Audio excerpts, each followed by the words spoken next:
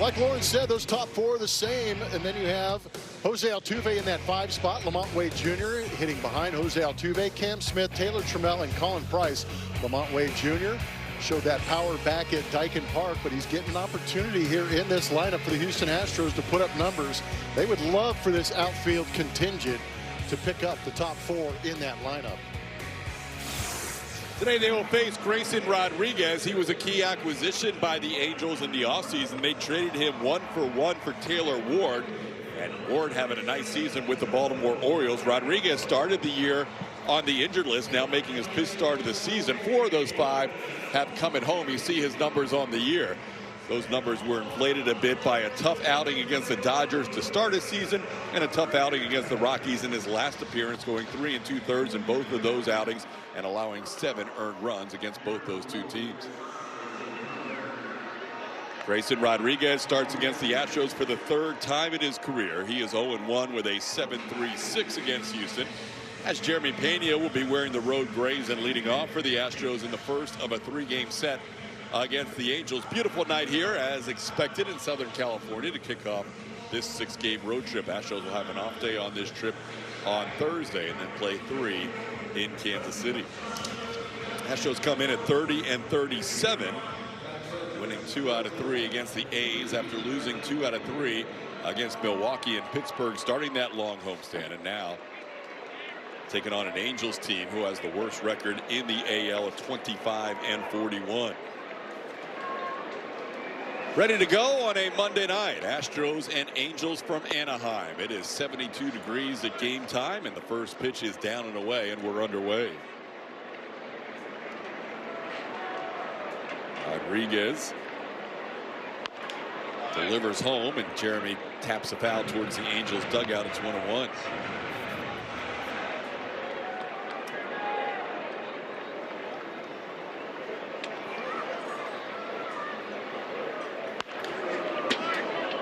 Another one towards the Angels dugout. This one with a little more velocity. And Jeremy down in the count 1-2. Rodriguez was out all of last year with the Orioles on the injured list the entire 25 season and had elbow inflammation to start this year. But he begins tonight with a strikeout of Pena as he goes after the breaking ball for out number 1. League leaders are presented by Houston Methodist. Yordan Alvarez coming to the dish right now. How about more RBIs than games played in a single month? And the month of June has been a very good month for Yordan Alvarez, as he's got 108 RBIs in 104 games, matching up with Hank Greenberg and Lou Gehrig a couple of times. Anytime you match up with black and white photos in Hall of Fame, you're doing something right. And this is his month, and he started out the month by winning Player of the Week. Yordan named Player of the Week earlier today. You see his numbers in the major leagues, currently 2nd in home runs and the top mark in OPS at 1,080. Yordan has never had a hit against Grayson. He's 0 for 5 with a walk and a couple of strikeouts.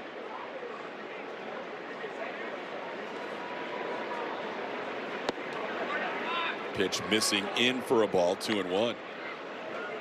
Grayson Rodriguez was recovering from that elbow issue last year and also had a lat strain. Kept him from starting his season until late May. This ball hit hard but foul down the right field side. The count evens up at 2-2 on Yordan.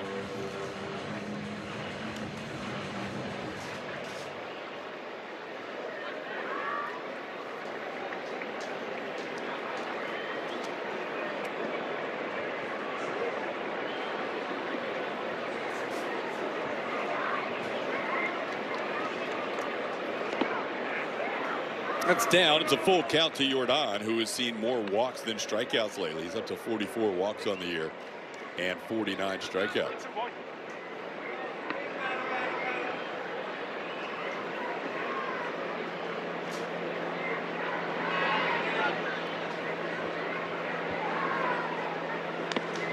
Foul tip caught by the catcher Logan O'Hoppe before it hit the ground. That'll be a strikeout for Rodriguez. Back-to-back Ks for Grayson. So used to seeing Jordan crush changeups. You could see that was good one fading off the plate, well out of the UT MD Anderson strike zone, but got the chase. Rare chase from Jordan Alvarez. Now Christian Walker will bat. Walker takes a pitch and no swing, says Dylan Wilson at first base. Tom Hanahan calling balls and strikes tonight, part of Ron Culpa's crew. See that Walker's second only to his teammate Jordan Alvarez in RBIs. Rodriguez gets a swinging strike here. It's 1-1. Grayson with 17 strikeouts in 18 innings in his previous 4 starts. But back-to-back strikeouts to start tonight. He's ahead of Christian Walker 1 and 2. A couple of change-ups. Christian Walker waiting to see a fastball. Not sure he'll get one. Rodriguez has been good in his first inning so far. Has not allowed a run in any of his 4 starts in the first inning. Holding hitters to a 2 for 14 average. Ooh, some good life on that heater. 99. He gets some extension out there too, in addition to the velocity. He and Spencer Arrighetti both amongst the leaders in extension, as he missed with that fastball. Now the count's full on Walker.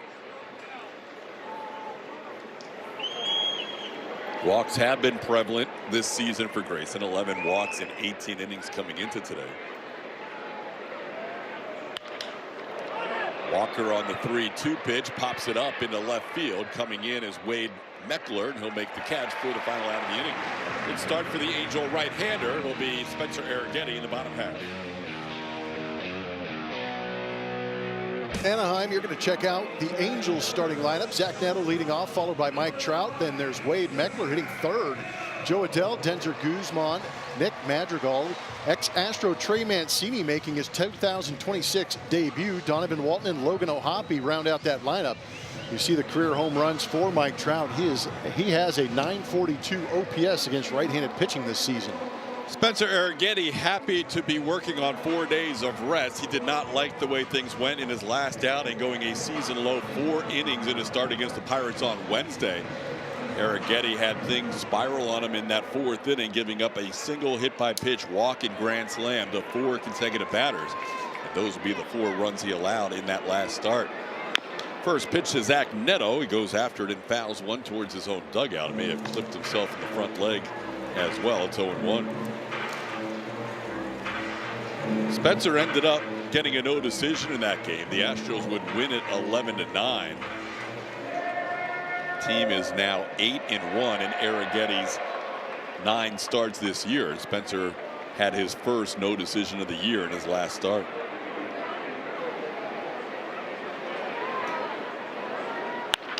Neto hits the ball on the ground, backhanded by Pena, long throw and a pick by Walker. He continues to make great picks at first base. Speaking of defense, how about the Astros starting defense tonight? It is presented by Xfinity. You saw Christian Walker make that pick behind the plate. Colin Price starts his 2nd game as an Astro, his first on the road.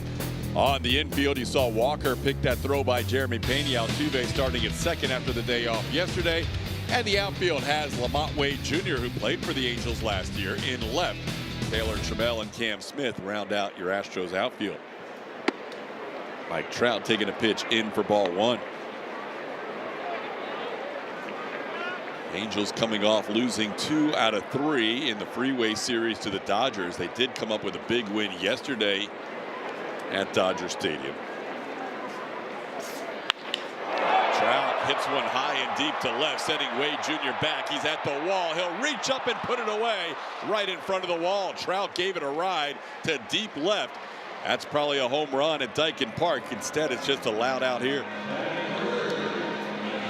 Mike Trout hits spin at the bottom of the zone really well. He got a sweeper and might have just gotten this one off the end of the bat. Only 99.2 off the bat, but a long way to go out here in Anaheim in left field. Lamont Wade staying with it and making the play. It's now 2 outs and Wade Meckler the batter. Meckler made his Angels debut on May 22nd, and he has hit well enough to earn himself a spot in the lineup, hitting third. Played 20 games with the Giants back in 2023 and was not in the big leagues the last 2 seasons. Hits the ball on the ground to Jose Altuve. And that's a 1-2-3 inning for Spencer Arrighetti. A couple of ground outs and a fly out to deep left.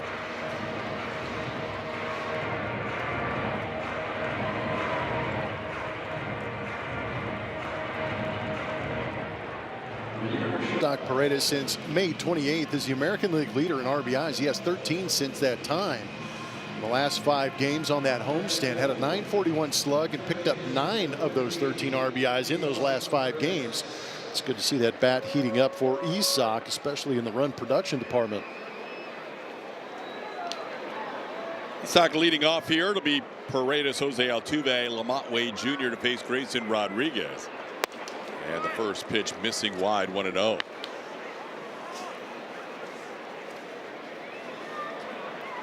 Isak only 16.3% first pitch swings. He is the most patient Astros hitter and continues to lead all of baseball in pitches seen per plate appearance.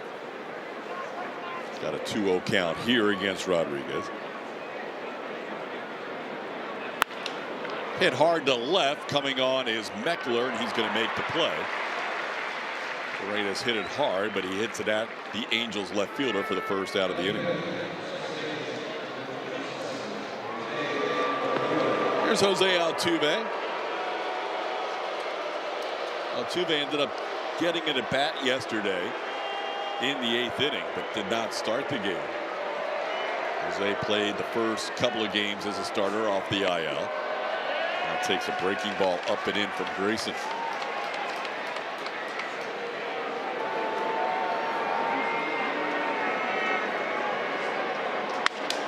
Hook is bat, looper towards second, played by Madrigal. Nick Madrigal making the play on that soft line drive, and there's 2 away.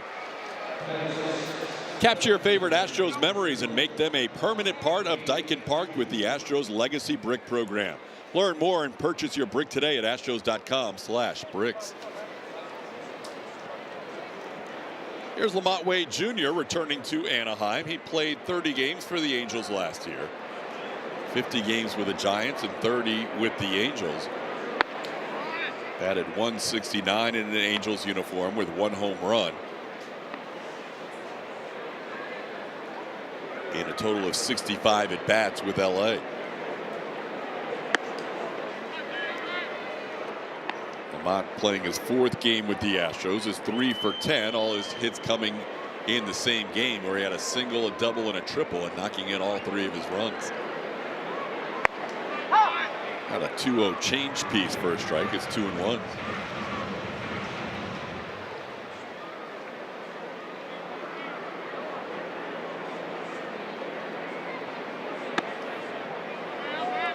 That one off the plate. It's 3-1.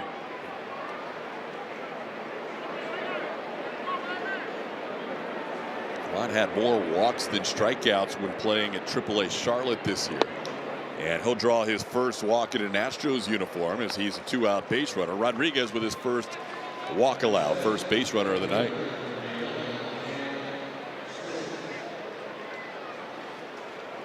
Now Cam Smith will bat. So what Cam's done in his last 10 games, moving that batting average up. His road numbers continue to be better than his home numbers on the season. As he takes a first pitch strike on the outside corner, it's 0-1. Cam, one of the few players who had a good game yesterday. He had 2 hits and a walk. Astros ended up with 4 hits in that game against 4 different A's pitching. That's fouled, so Cam down to the count 0-2. Gage Jump, Justin Sterner, Mark Leiter Jr., and Hogan Harris were the 4 pitchers for the A's, who held the Astros to just 3 hits and no runs in that 5-0 win.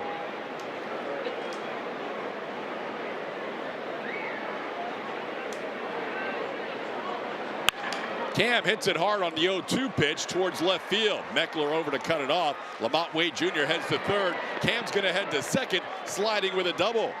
Cam Smith, double number 9 on the year.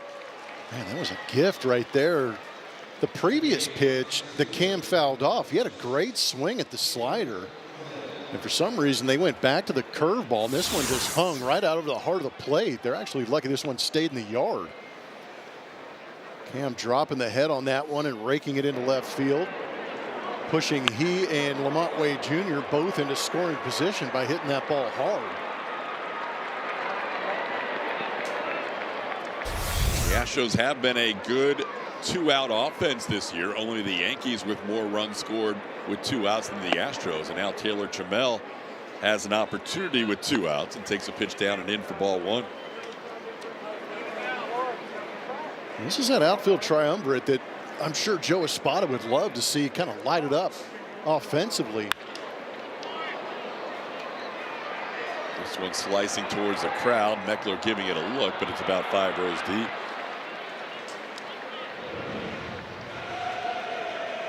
The Astros have been rotating a number of different outfielders this year. We have seen Trammell, Lamont Wade Jr. and Cam Smith get a lot of playing time lately. On the ground to second, hit sharply but at Nick Madrigal, and Trammell retired for the final out of the inning. 1 hit, 1 walk, 2 left on. We head to the bottom of the second, scoreless.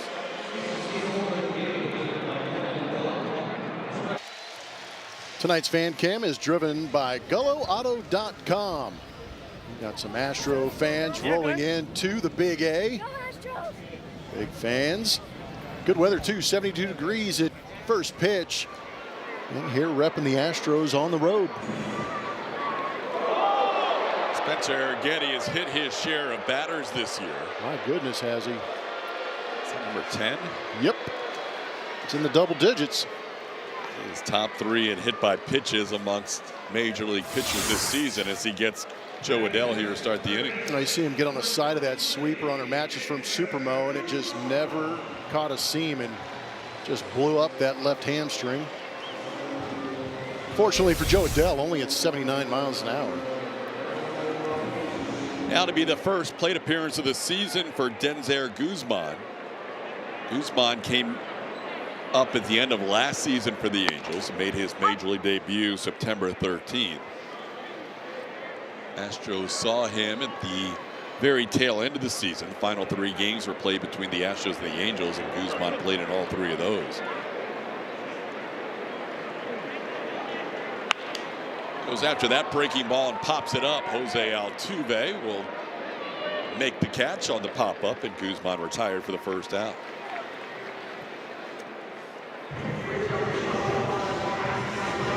A couple of different faces in that lineup today for the Angels. Guzman in his 26th debut just popped up. Nick Madrigal playing just his 10th game with the Angels after making his Angels debut on May the 27th.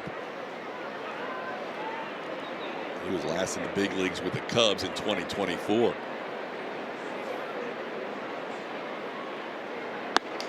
Pitch up to Madrigal. It's 1-0. Madrigal was part of a magical day yesterday for the Angels. Hitters 6 through 9 had a field day. They were 11 for 11 at one point in that game against the Dodgers. Ended up 13 for 15. The bottom 4 in the order were 13 for 15. That's all right. And they drew 4 walks in addition to the 13 hits. Madrigal drew 3 of them.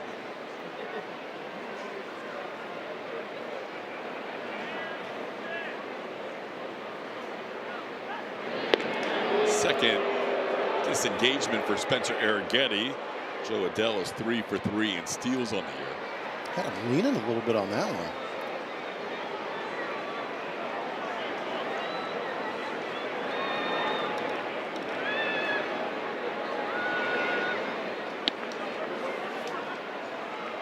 They have recognized the first base coach, a guy who played against the Astros in the 2019 World Series. That's Adam Eaton over at first base.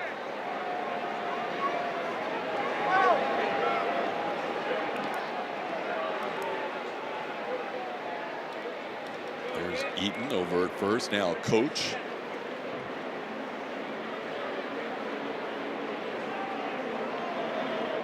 Count 2-0 on Madrigal. Hits the ball the other way for a base hit. Cam Smith will field it on a couple of hops. Madrigal has the first hit of the night for the Angels, putting runners on first and second with one out.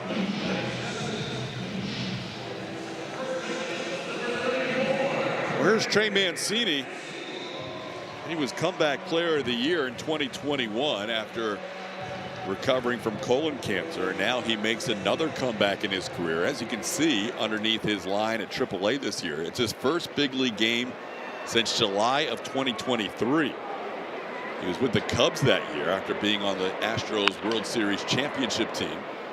As he fouls the first pitch off, it's 0-1. Yeah, he was a fan favorite, and we'll flash back to when he first became an Astro. He went pretty good with 3 home runs in 4 games and 7 RBIs. One of those was a grand slam, as seen right there as he barreled up into that right center field gap. Well, this might have been the grand slam, that last one. But he was a nice addition to that ball club. Yeah, did a great job. Had to play defensively when Yuli Gurriel got hurt in Game 5 in Philadelphia in the 22 World Series. They're making a great defensive play. He was also the first one to greet Kyle Tucker, who caught the final out of the clinching game in Game 6. I'm sure those are moments that Trey will never forget. He's been out of baseball after that 23 season. Didn't play any affiliated ball in 24. And then last year signed a deal with the Diamondbacks that allowed him to opt out midway through, and he did. Only played half a season, and this year returning with the Angels.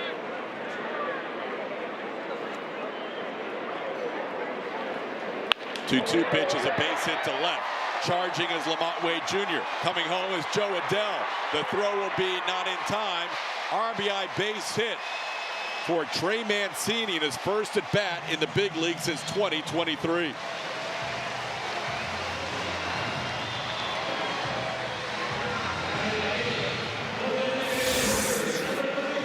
Still got the ability to hit. There's a lot of curveballs in that at bat, so that was the 4th one he saw in that at bat. He got a hold of this one and shot it through that 5.5 hole.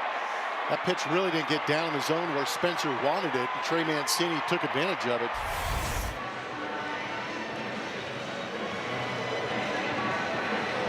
So Mancini, who said it would be like his second major league debut today after being out of the big leagues for a few years, ends up with an RBI single. Now Donovan Walton taking a strike. Walton DHing today. You see that he was just called up on May 22nd, playing in his 14th game.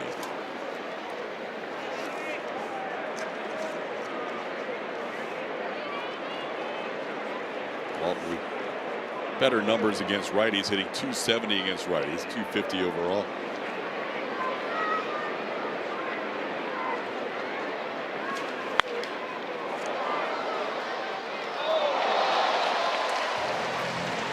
Outfield arms are presented by Lone Star College. Wade Jr. out there in left. Showed a pretty good arm, just a little bit off with that alignment. Trammell, yellow. Cam Smith, best arm in that outfield. Arrighetti picking up a strikeout. Walton down looking. First strikeout for Spencer is a called third. He's done a good job with that curveball to left-handed hitters, getting to that outside corner. Able to flip that one and get it to spin onto that backdoor portion of the plate.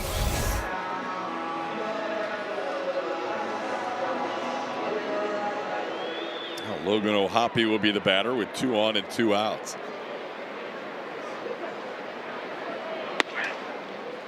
A hit by pitch to lead off the inning, coming around to score.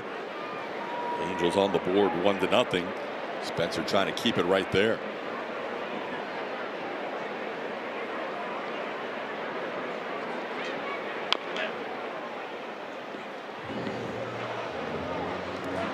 O'Hoppe, one of 4 Angels who have faced Arrighetti before. Spencer's had success against O'Hoppe, 0 for 4 with a couple of strikeouts. The guy on deck, Zach Neto, has a couple of home runs against Spencer.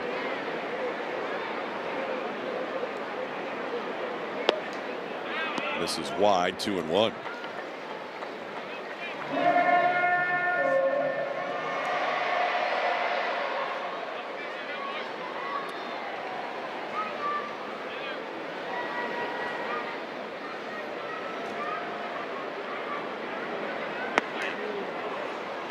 And with the fastball to even up the count at 2-2. Spencer winning American League Pitcher of the Month in the month of May. It's his second start in the month of June. When he has struck out O'Hoppe, he's gotten him to chase sweepers off the plate. That one was on the plate, and it was a curveball that he hits down the line for a base hit. 1 run scores. Here comes Mancini. The relay throw by Pena. They've got a shot, and Mancini in there with a slide for a 3-0 lead. A 2 RBI double by O'Hoppe. And the Angels out in front here in the second inning. A couple of mistakes from Spencer have turned into RBI base hits. That's a curveball that doesn't get down and away. It stays down and in. And O'Hoppe goes after it, just able to sneak it inside that third base bag. And it tracked all the way into that corner. Wade had to come and get it. And by that time, Mancini was already halfway home.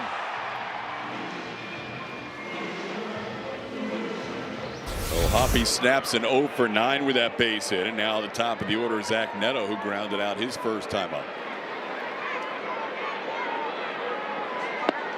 That one's wide, 1-0.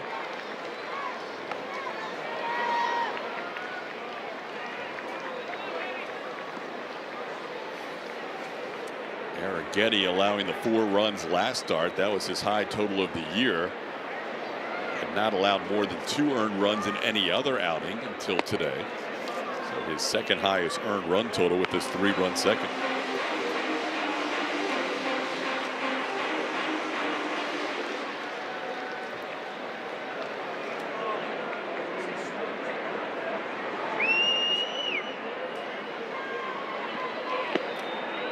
That's wide. It's 3-0 to Neto.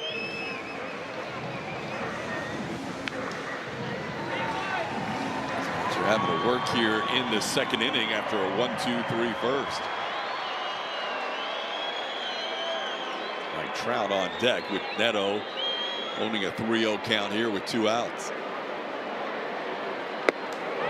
Thank you very much. Wow, chase the sweeper off.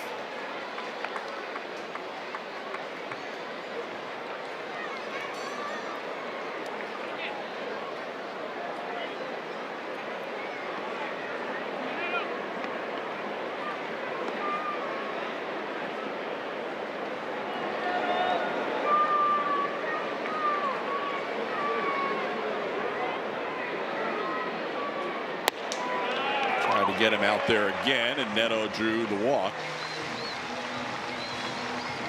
So first and second with 2 outs, and Mike Trout will hit for the second time. That'll draw a visit from the Astros pitching coach Josh Miller.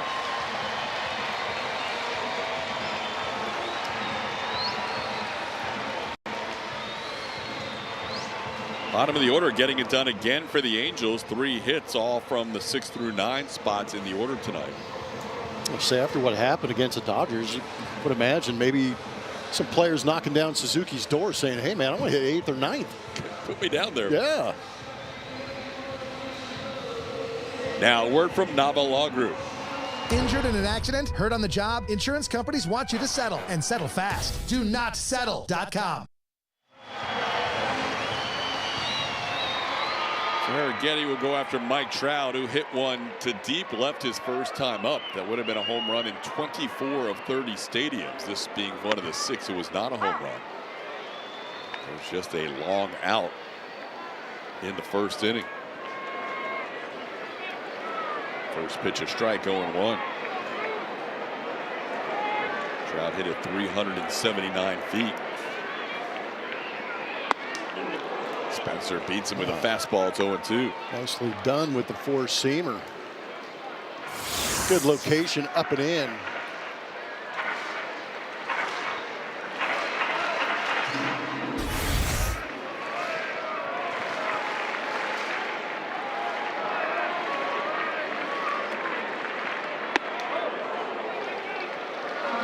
like that. In my head, I was thinking if he just goes a little bit higher, maybe even keep it on the plate a little bit to entice that chase, I think Trout would have gone after. That one was tailing in a little bit. The arm side for Spencer. Long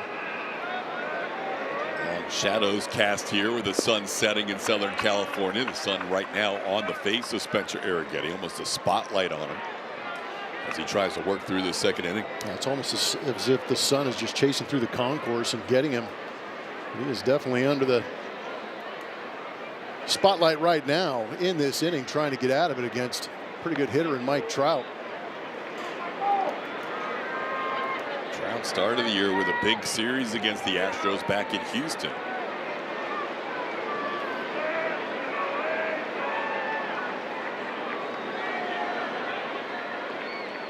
That one bouncing. Price stopped it, but not in time to stop the runner from going to third. Heading from second to third on the wild pitch is Logan O'Hoppe. Zach Neto still at first. A wild pitch charge to Spencer. Just held on a little bit too long with that curveball. Price did everything it could to try and keep that runner from moving.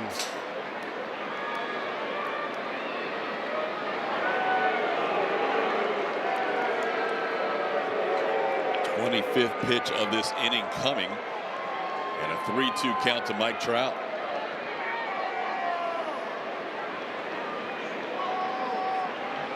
That's down and away. Back-to-back walks issued by Arrighetti.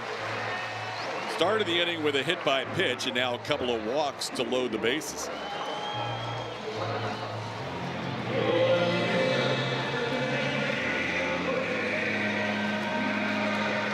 Spencer, who hasn't dealt with much adversity this year, really needs to get Wade Meckler here. Ninth batter of the inning. Had a couple of good pitches to Mike Trout, lost him. This is the guy you have to go after and attack. Meckler ready for that first pitch fastball.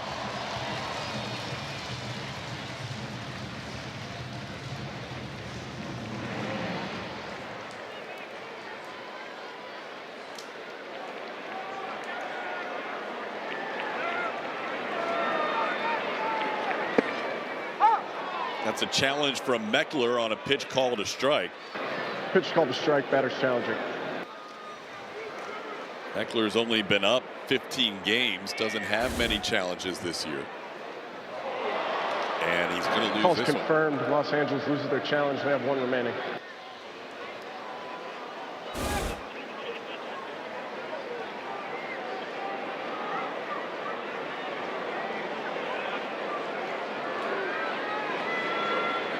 Spencer ahead 0-2. Got 0-2 on Trout before issuing the walk. That was Meckler's first challenge of his big league career.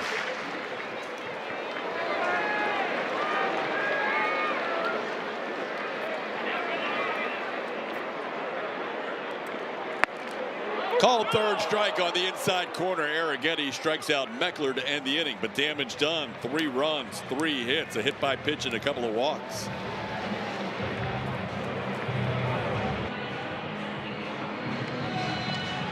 We welcome you back in. The Astros trailing the Angels 3-0 here as we head to the third inning. Let's get to know 26-year-old Colin Price, presented by Gallery Furniture. Colin getting the start behind the plate tonight, made his debut just 4 days ago, and he told me he's adjusting well.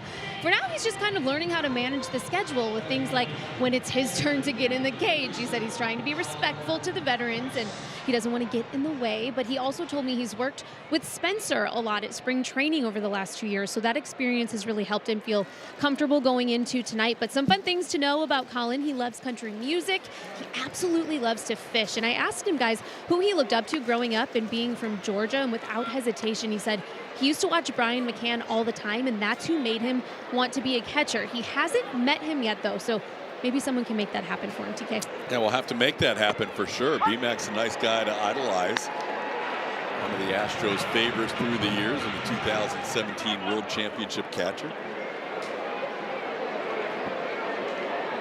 Colin with a 1-1 count here, hits a ground ball foul past Tony Parrish-Cheek. It's 1-2. Does that mean I can do the McCannon ball if he hits a homer? in honor of. I missed that one. That's one of your all-timers. Yeah, that was a good one. I had Brian McCann yell that at me in West Palm one spring from across the parking lot. It was great. Love it. BMAC still involved in the Atlanta area and staying busy. See him with Mark DeRosa during the World Baseball Classic. Hopefully we'll run into him when the Astros play in Atlanta later on this season. 1-2 the count to Colin. That is a close pitch, but off the plate. It's 2-2.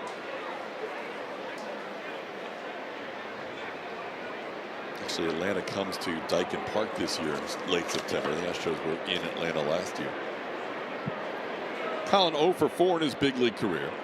Drew a walk his very first plate appearance. Made his debut on Thursday against the Pirates.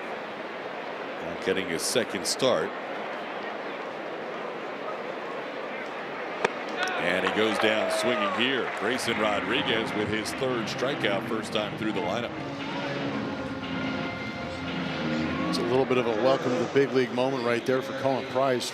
Works it to a 3-2 count. Doesn't get the fastball from a guy who has a good fastball. Got the slider. Rodriguez, a Texan, went to Central Heights High School. Helped win a 3A championship there in 2017. Gets a swinging strike from Jeremy Pena. If Rodriguez didn't sign with the Orioles, he would have gone to Texas A&M. But was drafted in the 2018 draft, 11th overall in the first round. Signing with Baltimore. There's a strike. It's 0-2 to Pena. Jeremy had his 7-game hitting streak snapped yesterday. Takes a pitch up for ball 1.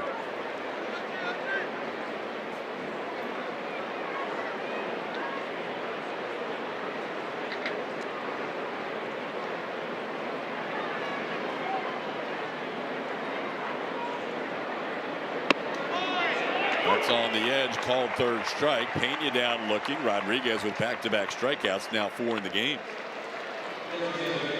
Time to check out tonight's Chevy Stroh poll. I'm going to ask you about Disneyland, which is right around the corner.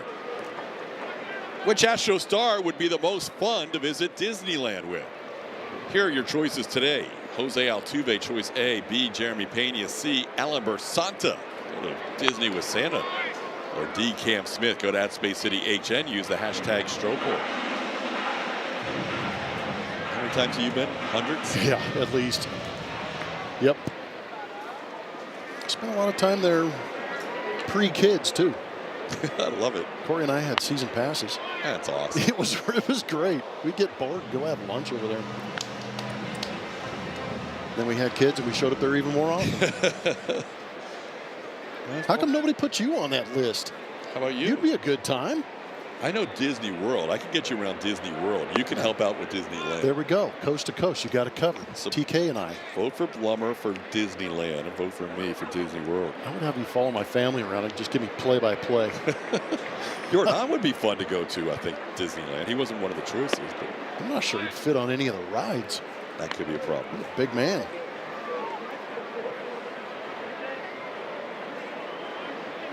Disney-inspired theme of the rock out in center field. This one down and in for a ball, 3-2. Underneath those rocks, there's a little hangout where the grounds crew. What? Yeah. Sneaky. A little sneaky spot for them. When are we going? Well, our buddy, this ball hit to center field, deep to center. Back goes Trout. He is near the wall. Does he have room? No. Yes, he had room, but he didn't make the catch. That ball was on his glove and not on the wall. I think he jumped and thought he had to go up on the wall, and it was really in play. Jordan ends up at second on what should have been the final out of the inning. It really should have been a tough play going that far back into center field. I thought Jordan got more of this than he did. That was a changeup that he put a charge into. As you could see, Trout stuck in that corner. Thought he was going to be up against the wall and didn't end up being against the wall and whiffed. I mean, that could be an error. They're going to give Jordan a double, his 14th double of the year. He jumped, but it really wasn't a difficult play. He didn't have to leave the ground, yeah. And jumping, the head moves, lose track of that baseball. See if the Astros can take advantage. Christian Walker delivers an RBI base hit down the left field line. Jordan will score. Christian Walker into second base with an RBI double. And the Astros on the board. It's now a 3-1 game. Good job on a slider that was a mistake from Rodriguez. This one never got to where it wanted to be either. And Christian Walker makes him pay. Just flipped that slider and it stayed inside. Rodriguez was not happy with himself. Good job by Walk picking up another RBI, trying to creep closer to Jordan Alvarez. They're just one back now, 48-47, with Walker driving in his 47th run. Here's Isaac Paredes taking a strike. Love seeing the Astros take advantage of mistakes, because you're right, that ball in center field off the bat of Jordan should have been the third out of the inning. Astros get another 2-out run. Paredes sends one to right. Joe Adell coming on and makes the catch for the final out of the inning. Couple of doubles as it scored for now off of Grayson Rodriguez, make it a 3-1 game.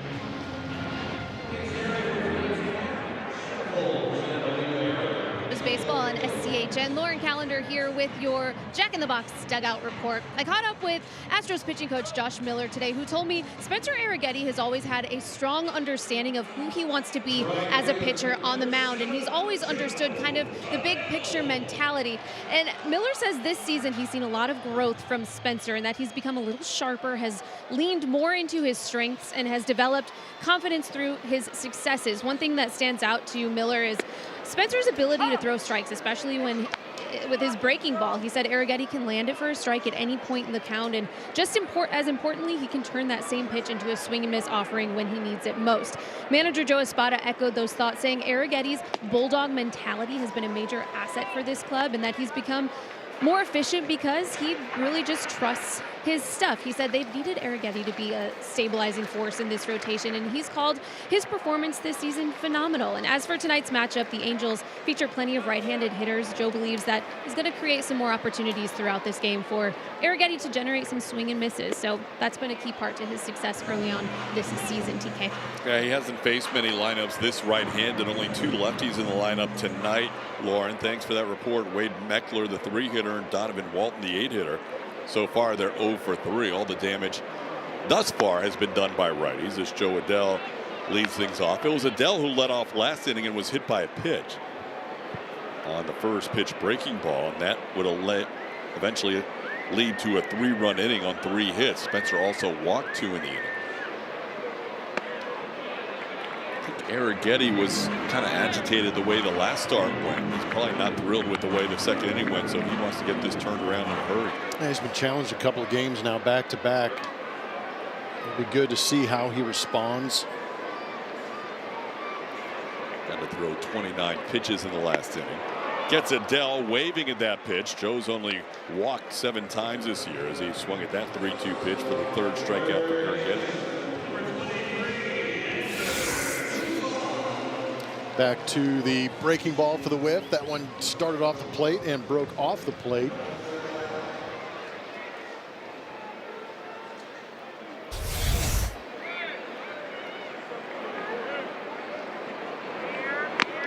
Denzer Guzman will foul one back. Guzman in 58 games at Salt Lake City was having a good year this year, leading the PCL with 80 hits. Hitting .336 with a .974 OPS. Fouled back. Yohan Moncada has played third base the most for the Angels, but he just got transferred to the 60-day IL with a right knee inflammation. Tried some other guys like Oswald Peraza and Donovan Walton over there, and today Denzer Guzman gets his first start. Kurt Suzuki, the manager, saying Guzman should get a run here. They did not bring up the young third baseman to only start a couple of times a week, so we should see him at least 2 of these 3 games against the Angels. He's 22 years old. Goes down on strikes here. That's 3 in a row for Spencer and 4 in the game. And with the curveball as well, off the outside corner. Get a behind-the-scenes look at the ins and outs of Dyken Park with a ballpark tour. See the stadium like never before. Sit in TK seat. Book your tour today at astros.com/tours.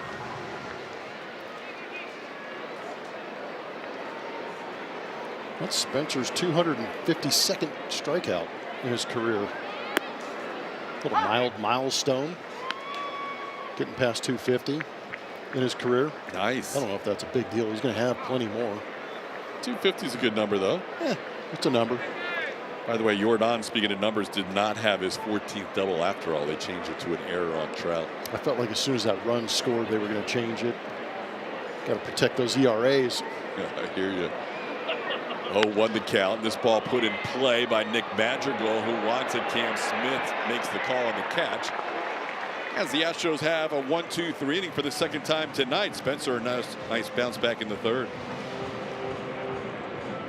What's on Tap is presented by Lawnmower Blonde. Jose Altuve just a few hits away from cracking into the top 10 most opponent hits at Angels Stadium. He needs 5 more to move into 10th all time, and he's in some really good company there, guys. I asked Joe Espada what similarities Jose shares with some of the guys on this list, like Edgar Martinez or Ichiro, who is first all time. At first he said, well, they're Hall of Famers, but he said like many of these guys, Jose has great bat to ball skills.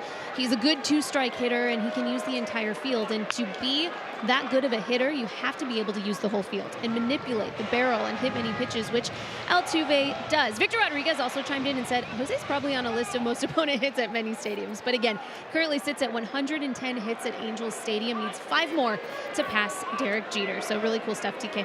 Yeah, a chance in this series if Jose gets hot. That's going to be a challenge by Logan O'Hoppe on the pitch down. Pitch called the ball, catcher's challenger.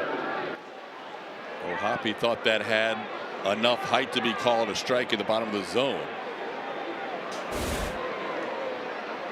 Nope.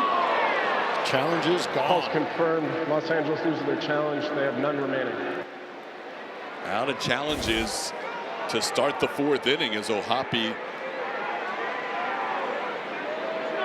does not get that one overturned. It's confirmed. So the Angels, who lost one with Wade Meckler in his first at bat, now getting Altuve on a pitch that was not overturned for their 2nd lost challenge. ABS powered by T-Mobile is now gone to the Angels.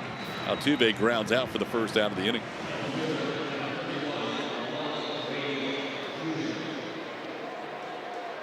Here's Lamont Wade Jr. Lamont drew a walk his first time up. Only walk issued by Grayson Rodriguez.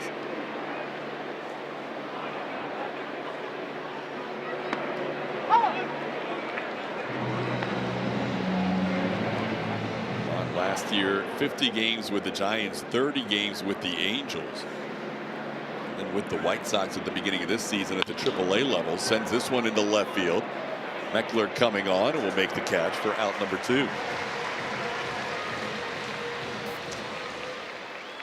Catch the Pro Show, featuring candid conversations and insider perspectives from some of the biggest names in golf. This episode features interviews with Hall of Famer Jeff Bagwell and former PGA Tour #1 David Duval. Catch the Pro Show tomorrow morning at 9:30 on SCHN. Cam Smith had a double his first time up, gets quick on that line drive and scatters the fans in that special box at 3rd base. Pay extra money to sit in front of the net, huh? That is a special section on the 1st and 3rd base side. Close to the action, you're on the field. Yeah, watch your soup coolers. That's a pitch off the plate, 1-1.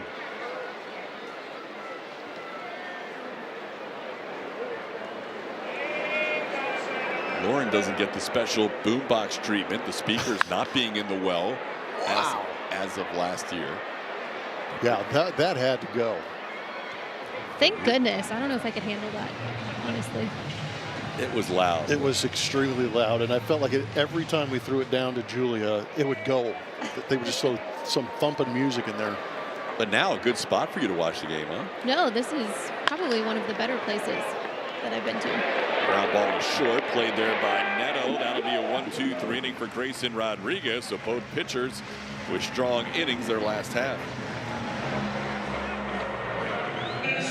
Make the All-Star Game an Astros game. Send your Houston Astros to Philadelphia this summer with the 2026 Konami eBaseball MLB All-Star ballot. Vote 5 times daily at astros.com/vote. TK. All right, LC, bottom of the 4th inning. Trey Mancini, who had an RBI base hit in his first at bat since 2023 in the major leagues, bats for a second time. Mancini with 6 seasons with the Baltimore Orioles, the 1 year with the Astros, resulting in the World Series title. And then in 2023, up until the end of July with the Cubs, and he grounds one again into left field. Mancini a perfect 2 for 2 in his return to the big leagues.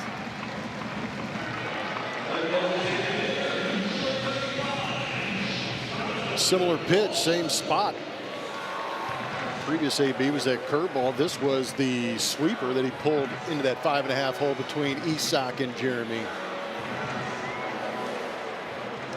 Now Donovan Walton getting his first DH day of the season. He'd been playing some third base for the Angels. All providing a second lefty in their lineup. Nolan Shonowell, who would normally be in the lineup against Arrighetti, has been dealing with an ankle issue. Just came off the IL. Day to day, they hope to have Shonowell back in the lineup tomorrow. The other 3 on their bench today, right-hand hitters. So this is as right-handed of a team as the Astros have seen in a while. As Arrighetti has a 1-1 count here on Walton. You know who the first guy that probably noticed that was? Stephen Okert. Yeah. And Brian King. Yeah, they looked at this and they said, hey, I might get a little bit of a break. Okert especially. King's got reverse splits. I was going to say, King can give you some ABs on both sides of the plate. So if we only see Okert once in this series, everything's okay. Don't panic. Yeah, he might have to get up and like pace a little bit to burn off some energy. Oak's such a good dude. He is. He's got the perfect mentality for what he's doing. Have you told him your nickname for him? I said I'm working on it. Well, it's Everyday Okert I like, but yeah. You're still working on it beyond that? Yeah, I just don't know. I mean, Everyday Okert kind of works. I know it was kind of, you know, it was Everyday Eddie Gordado, which kind of, you know, had a rhythm to it. I'm not sure if Everyday Okert has that. So you told him you're working on it? Yeah, it's a work in progress. Yeah, we were talking about it last night. But he, you know, there's certain guys that are up, they're down. There might have, I think it was a couple of days ago where it might have been the first time since he's been an Astro where he was officially down after that game. 41? That he threw 41 pitches. Yeah, but it was only for one day. The next day it was like, nah, if we need him, we can go to him. Unreal. It is, but he keeps it. I mean, apparently there's an ongoing. I don't know if it's a joke, but it's just, you know, as soon as the phone rings, they know immediately that Okert stands up because they know that he's going to get the first call.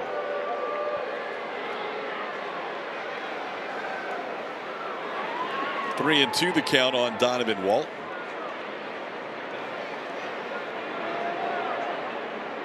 Struck out looking his first time up.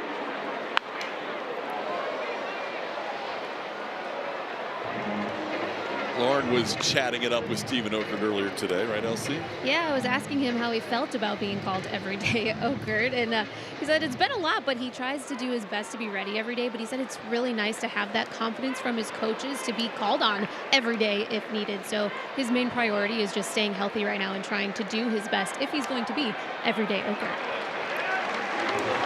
Pitch down and in on the breaking ball from Spencer. Is ball 4. That'll be the third walk allowed by Arrighetti, and the Angels have their first 2 runners on here in the 4th. The odd innings have been good for Spencer. 1, 2, 3 in the first and the third. He gave up 3 in the second, and now first and second here in the 4th. Logan O'Hoppe driving in 2 of those 3 with a double down the line on a pitch Spencer would like to have back. Hoppy coming in with just a 485 OPS against righties. That's why he's showing bunt here and takes a pitch off the plate for a ball, 1-0.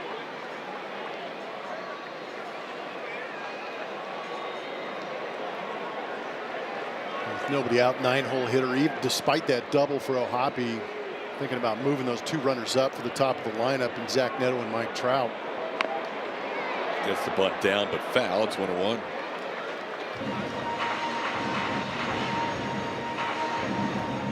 Spencer pitching here in Angel Stadium for the first time. Good numbers against the Angels coming in. O'Hoppe part of that 3-run inning in the second where the Angels sent 9 men to the plate.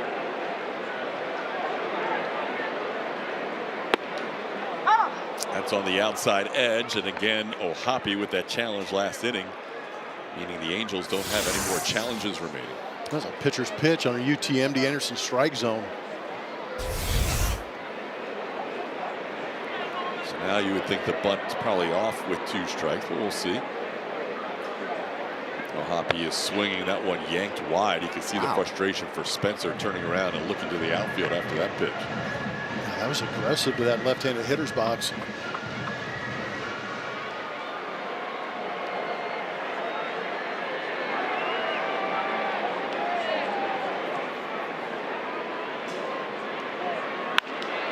That's deep but foul down the left field side.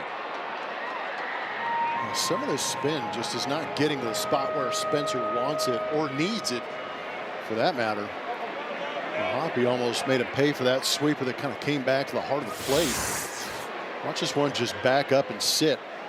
And O'Hoppe hammered it.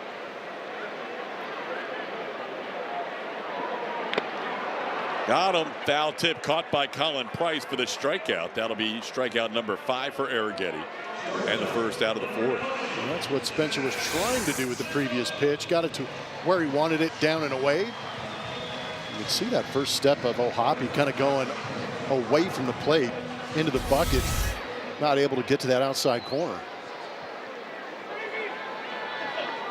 Now Zach Neto, the batter. He walked his last time up, grounded out his first time. He has 2 career hits against Spencer Arrighetti. They're both home runs. One on a sinker, one on a cutter. Counts 1-0 to Neto. Neto has a home run in back-to-back games. Hit one against the Dodgers Saturday and again yesterday. Went after that sweeper and missed it. It's 1-1.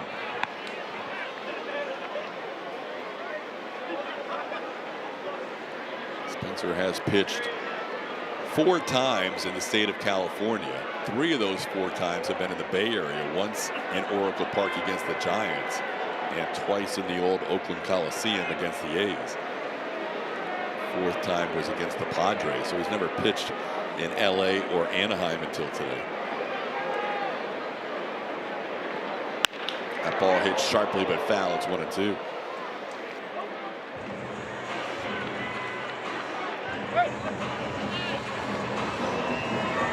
Neto's been on a heater here for the last couple of weeks. 1,027 OPS. Spencer may have gotten away with one on that last pitch. It was very similar to that O'Hoppe sweeper that just stayed in the middle of the plate. Needs to make a quality pitch here, and he does, getting Neto on the sweeper for the strikeout. 6 strikeouts for Arrighetti and 2 away in the inning.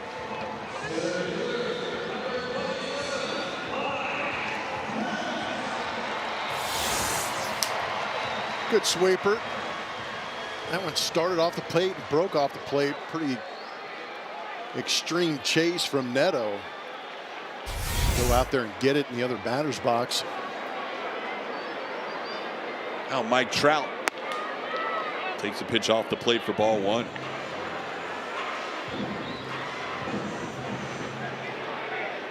Trout has hit a fly ball to deep left field and also drawn a walk.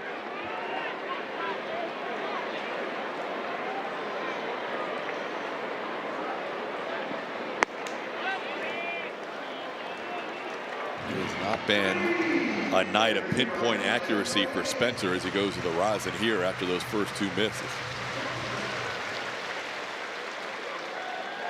See, the even innings have been problematic. The odd innings, no problem. That's odd. Maybe Spencer just doesn't need to feel 100% because he was dealing when he was less than 100%. It's crazy to think, but you're right.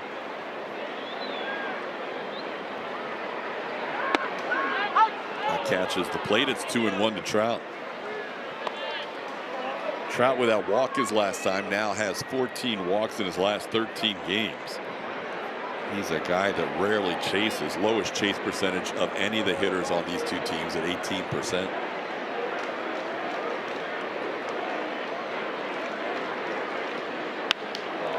Goes after that one and pops it into center field. Taylor Trammell with the easy play. Spencer works around a single and a walk to start the inning and gets through the fourth. Still a 3-1 game.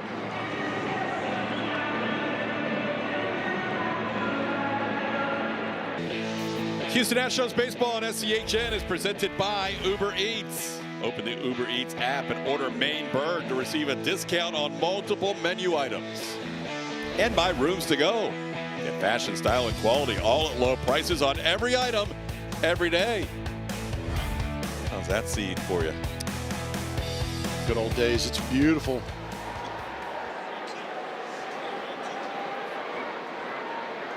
Beautiful sunsets here in Southern California, where Plummer used to call home. Taylor Trammell leading things off here in the fifth inning with the Astros trailing 3-1. The ball high in the air to center field. Mike Trout backs up a step or two. Trammell retired on one pitch here in the fifth. It's amazing how the weather doesn't change much every time we're here. It'll be warm next time we come through in July, but yeah, tonight is picturesque. And you get a little bit closer to the coast, you get a little bit of the marine layer. This is a weird time of year here. It's usually May gray, June gloom, and then you get into July, August, and September, and things really start to heat up, and the sun's out for a very, very long time. It is beautiful here tonight. 72 perfect degrees at game time. Colin Price struck out his first time up. Takes a pitch off the plate. It's 2-0.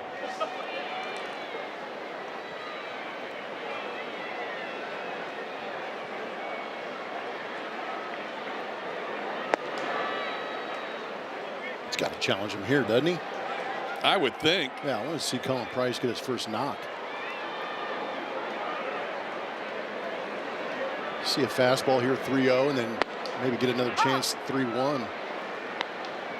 Colin asking if that was on the corner. It was not. Could have had a challenge. Yep.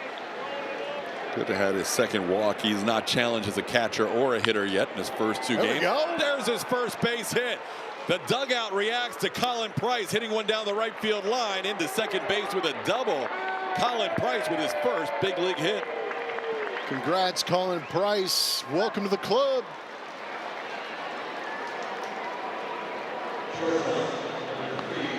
Never gets old seeing a teammate get their first big league hit. As that ball is now tossed into the Astros dugout. 95, he did challenge him. And Price shot that one the other way.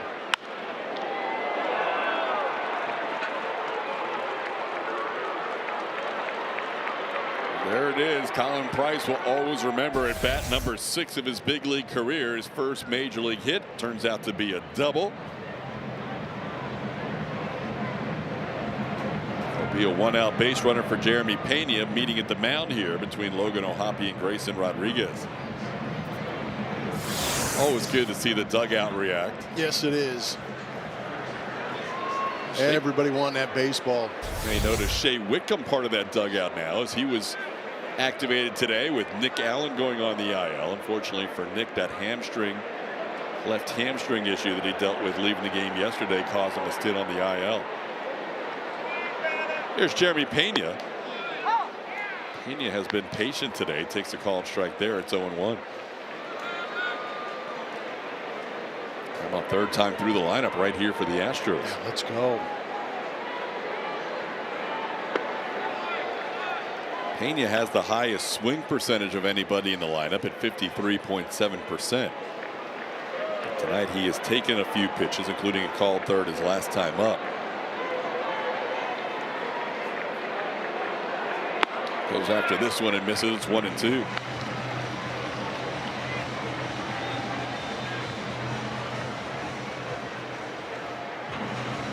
A lot of fastballs and changeups from Grayson Rodriguez in this game. He's been 51% fastballs and almost 30% changeups.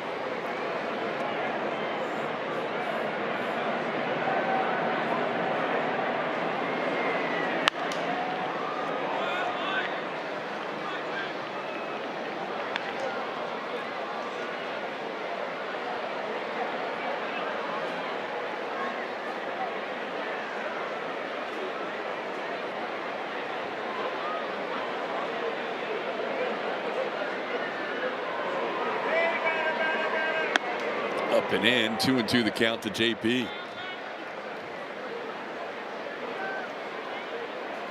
Pena's 20th game since coming off the IL. He was activated before the last road trip.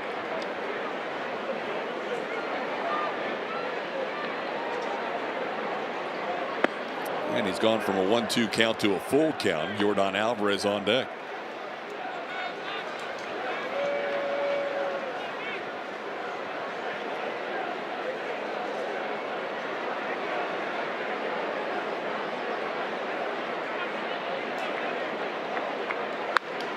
Got in on him, ground ball to the right side, played by Mancini. He'll get to the bag himself. On the play, Colin Price moves to third. Now, message from TXU Energy. TXU Energy Ultimate Season Pass. 50% off energy charges during peak summer and winter. Plus, more months of savings. Kurt Suzuki will not face Yordan Alvarez here. He has issued the intentional walk to Yordan. Yordan will trot down to first base, and Christian Walker, who has driven in the only run of the game, will hit with first and third. That is the 9th time Yordan has been intentionally walked. He was the league leader a few days ago. I assume he still is. How about the embrace between Mancini and Alvarez reuniting?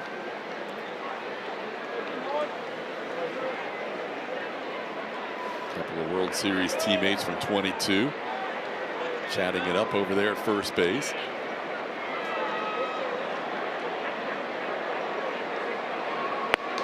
Pitch off the plate for ball one. There it is. What's up, fellas? Good to see you. Welcome back to the show, Trey Mancini. Tell you what, I'd be rubbing up on Yordan too, trying to get some of that. Pitch down 2-0. So after the intentional walk, Rodriguez putting Christian Walker into a hitter's count. Walker with RBI number 47 his last time up.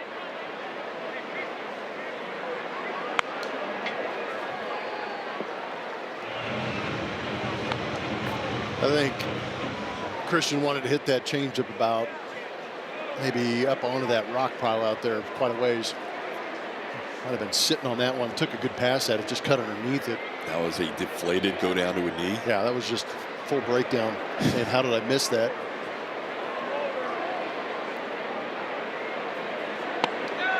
Now he misses the slider. It's 2-2.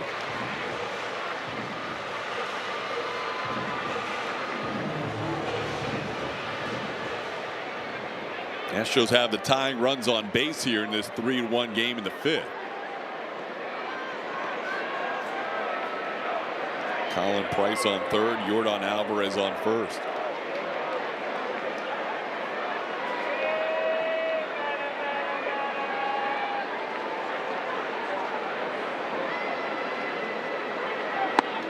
Walker down on strikes. Rodriguez picks up his first strikeout since Jeremy Pena in the third. Astros strand 2. It's still a 3-1 game.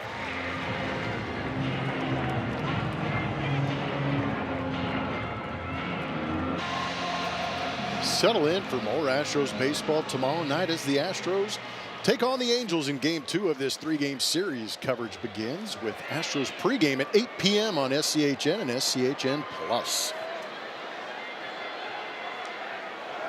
Spencer Arrighetti starts the inning with 75 pitches. Angels have made him work through 4 innings. Facing the 3, 4, and 5 hitters here in the 5th. Wade Meckler, Joe Adell, and Denzer Guzman. Meckler has grounded out and struck out looking. Arrighetti with 6 strikeouts tonight. No strikeouts for Spencer since 8 strikeouts against the Yankees back in April. It's a strike. It's 1-2.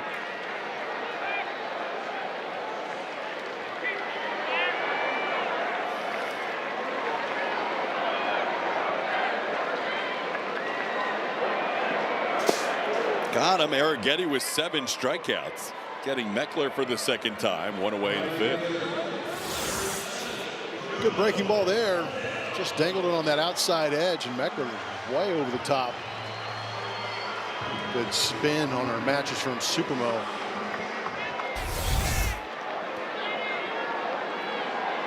And Spencer facing Joe Adell.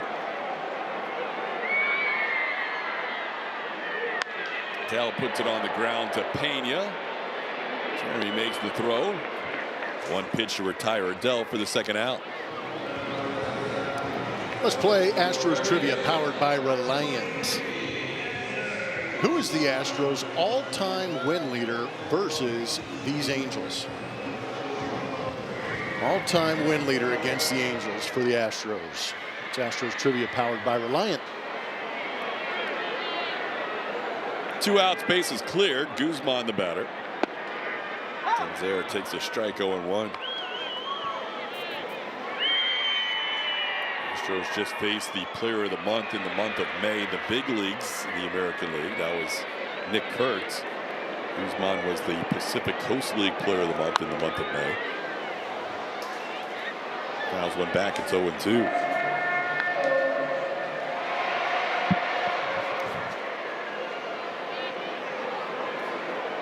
Guzman and Mancini in their first games with the Angels this season, hitting 5 and 7 tonight. Guzman 0 for 2, Mancini 2 for 2. It's 1-2 to Tanzer.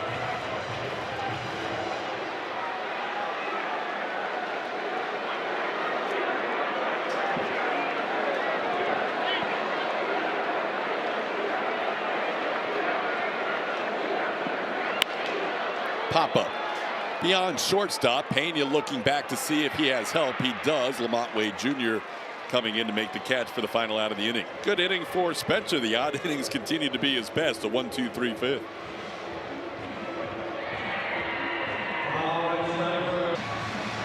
All In, All the Time is presented by Daly and Black. Most consecutive road series won versus an opponent for the Astros.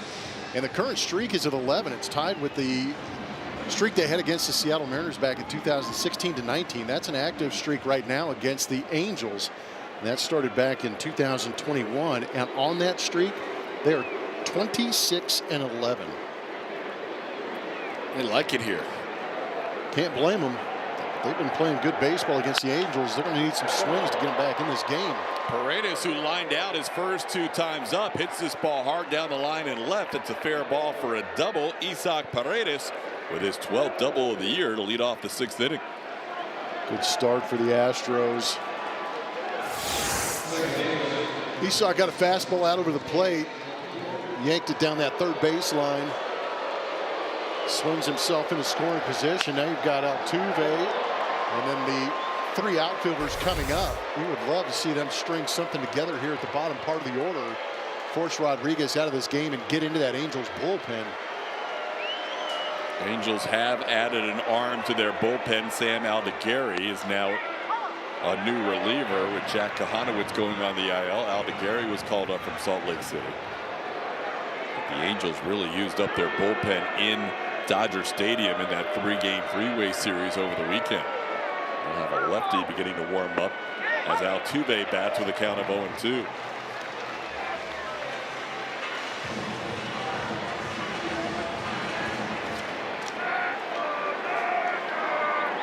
Jose has hit a soft line drive to the second baseman Madrigal and then grounded out to Madrigal. And Altuve down on 3 pitches here as he strikes out for the first out of the inning.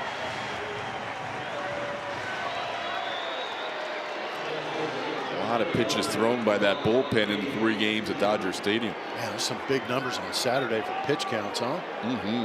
Wow. Sammy Natera Jr., who threw 31 pitches Saturday, is warming up now.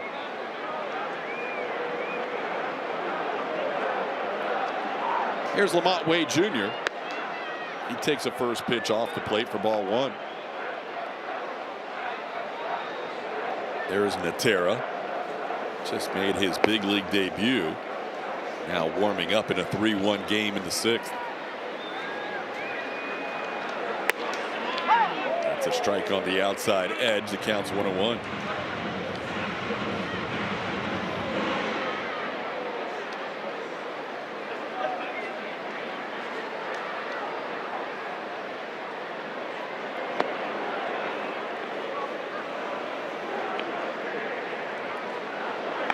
Natera made his debut in that game on Saturday. 2 innings of hitless baseball with 3 strikeouts against the Dodgers.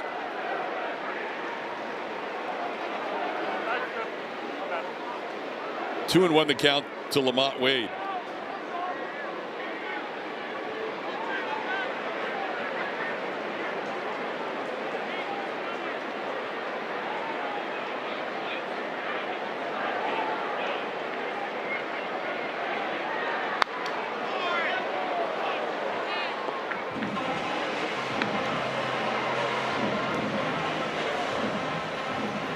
Lamont was with the Angels. He played mostly right field for LA.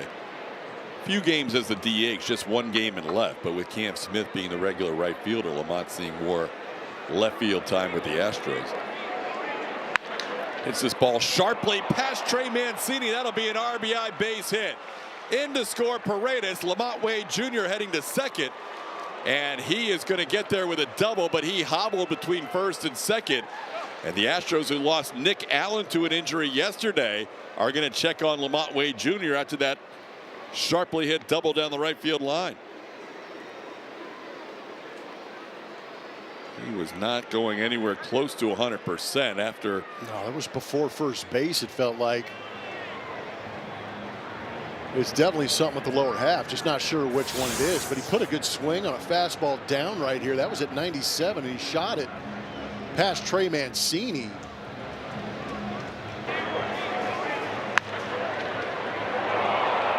You see Lamont moving it about right there. Something just buckled. Man, oh man. Unbelievable. Just 4 games into his Astros career, and he will leave with an injury. We'll get an update from the clubhouse. The Astros will use Bryce Matthews as a pinch runner at second base.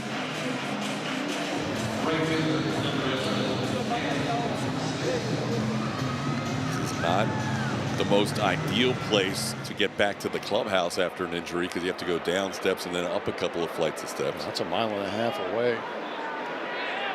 Well, Cam Smith bats another double for the Astros tonight.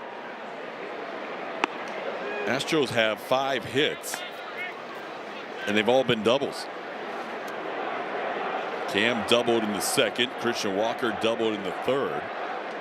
Colin Price doubled last inning, and Isaac Paredes and Lamont Wade Jr. with doubles this inning. Add another double to the list. That's going to tie the game. Cam Smith with his second double of the game makes it 3-3, scoring Bryce Matthews. Cam having himself a nice night. Seeing the ball well out of the hand of Rodriguez. A double in the second inning, now a double here in the sixth, but this ball was laced. Gets the head out on this one. 111.3 off the bat when he trades places with Bryce Matthews, and he's going to knock Grayson Rodriguez out of this game. 6 Astros hits, all doubles tonight. And it's now a 3-3 game. We'll have a pitching change with Taylor Trammell due up. They'll go to the lefty Sammy Natera Jr. in his second major league outing.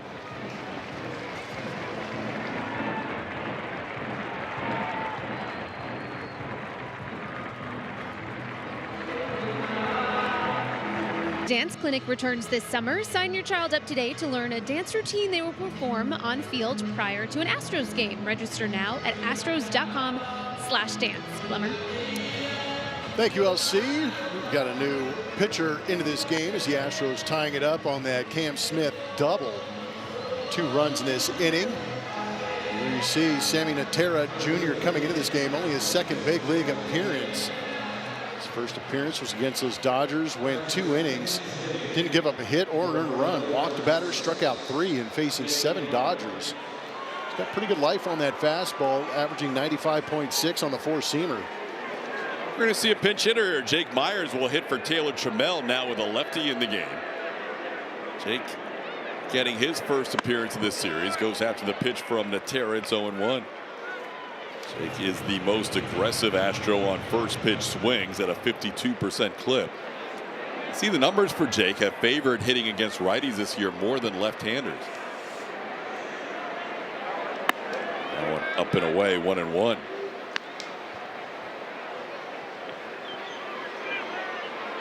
Sammy Natera Jr. out of Juarez, Mexico, in his second major league outing.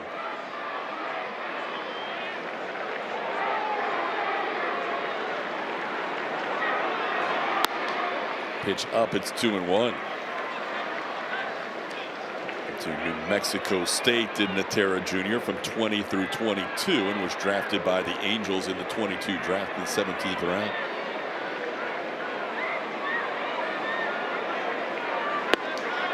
Pretty close pitch. No challenges remaining for the Angels. It's 3-1 to Jake. See where that was on our UTMB Anderson strike zone? Just below it.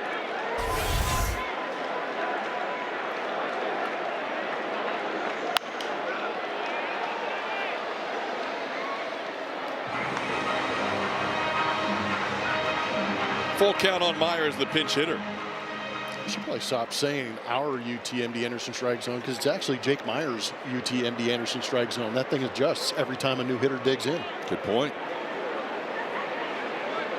How about the doubles machine that the Astros are tonight? I like it. Be a good name for a movie, Trading Places. No singles, no triples, no homers tonight. 6 doubles.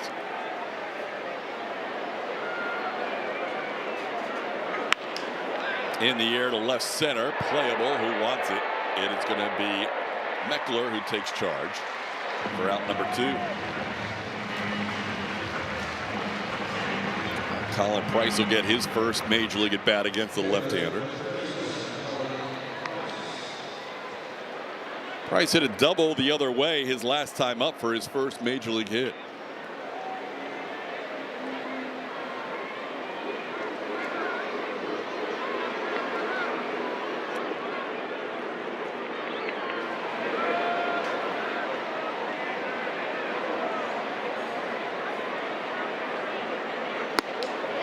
This year at the minor league level had an 807 OPS against lefties and a 736 against righties.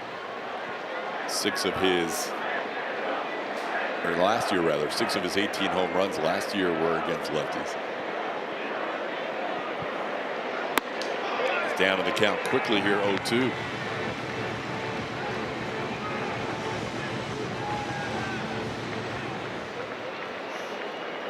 This year he's been a 975 OPS guy against lefties. But not here. 3-pitch strikeout as coming in out of the bullpen, Sammy Natera Jr. gets Jake Myers and Colin Price to end the inning. 3-3 game.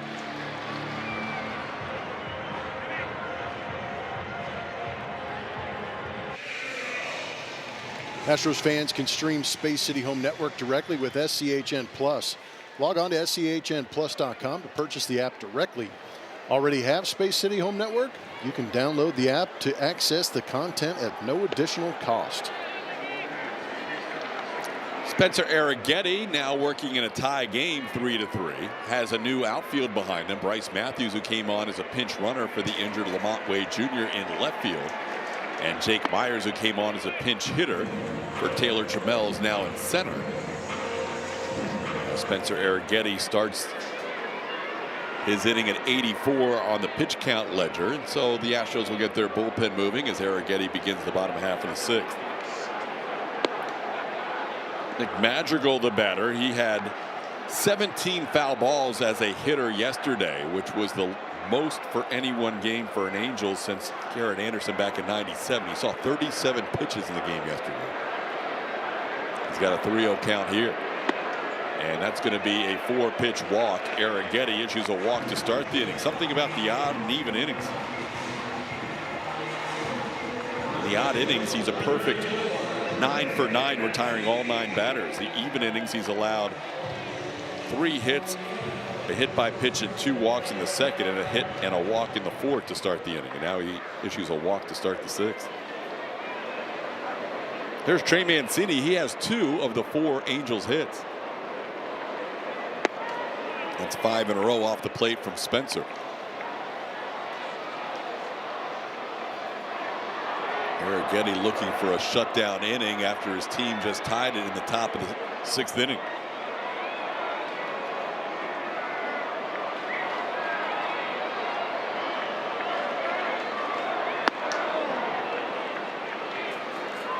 Playing with the Cubs in 23, Mancini was with the Marlins in 24. We saw him in spring training on the east coast of Florida against the Marlins that spring.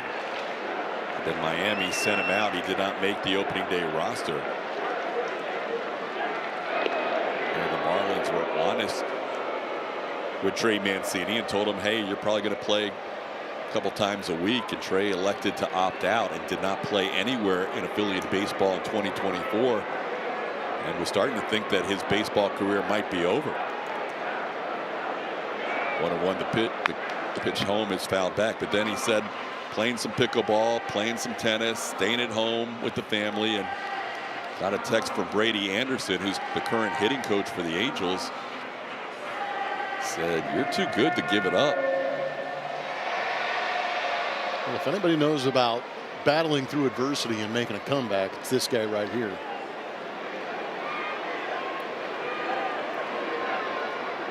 He started working out in Nashville, ended up getting signed by the Diamondbacks last year. Didn't see a real path to the big leagues last season with the Diamondbacks, so opted out midway through the season last year and then signed by the Angels this year. Here he is, first big league game since July 31st of 2023, and he's 2 for 2.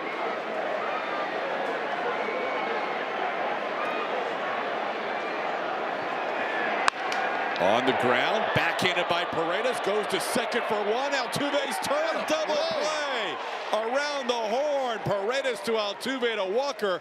Quite a turn by the Astros. That was incredible. That is all on Isaac Paredes to get that double play started. He had a great play going to his right and had to throw as he was spinning. Didn't really get his feet set, but he threw an absolute strike to Jose Altuve on the spin. And Altuve makes the turn, a strong throw to just beat Trey Mancini, but that was a really improbable double play turn. That was very nice. Isaac throwing a strike to Altuve, off balance and heading into foul territory.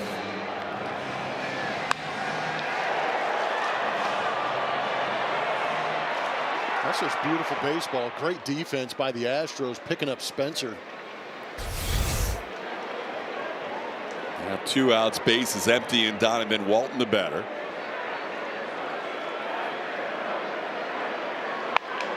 Little cue shot towards short. Pena gloves it, throws a little bit low, but covered up by Christian Walker for the final out. Spencer Arrighetti through 6, giving up 3 runs tonight. We're tied at 3.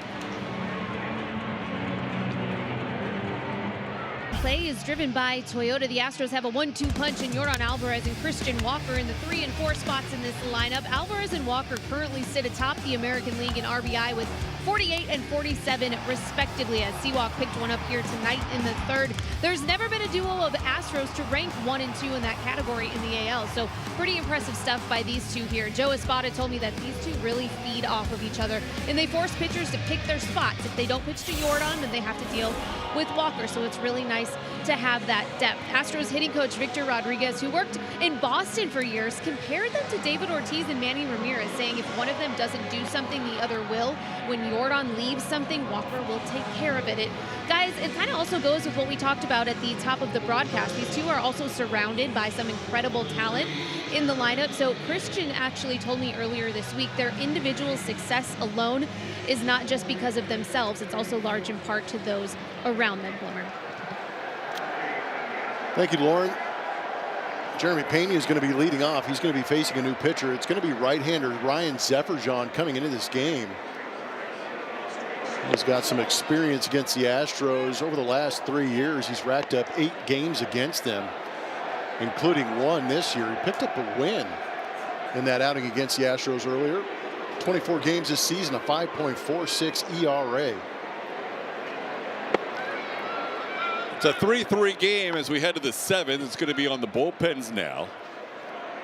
Grayson Rodriguez going 5 1/3 innings. Spencer Arrighetti, even though he didn't have his best stuff in that second inning, worked through 6 innings.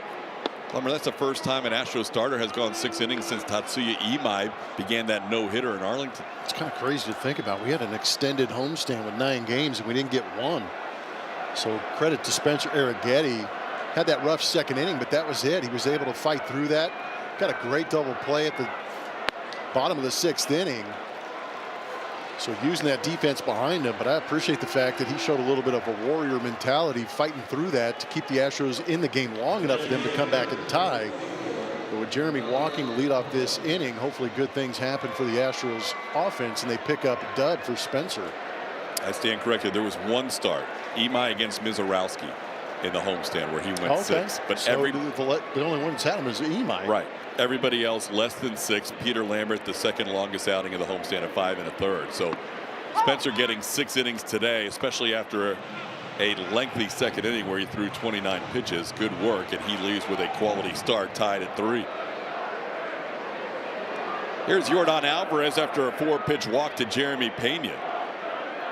Yordan facing Zefferjon here with the go-ahead run on base. Astros would love to be able to score a run here and give Spencer a chance at a W, as he's likely out of the game with his pitch count in the mid-90s after 6.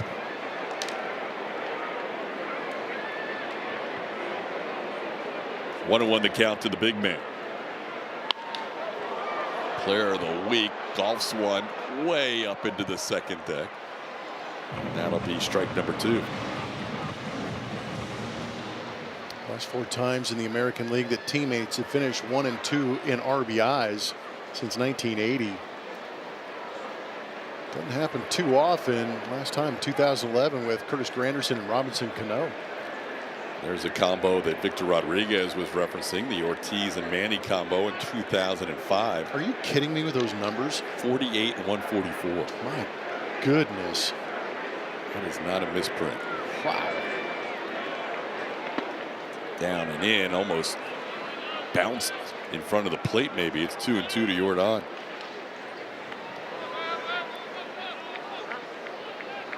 Zefferjon's had pretty good success against the Astros. Yordan in particular 0 for 3 against him.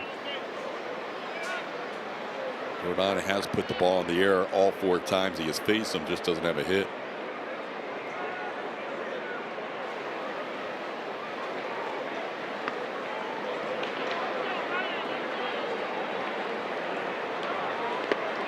Gets some swinging here on a pitch down and in.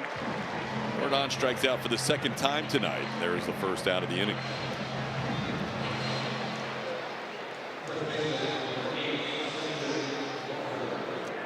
Oh, Christian Walker will be the batter.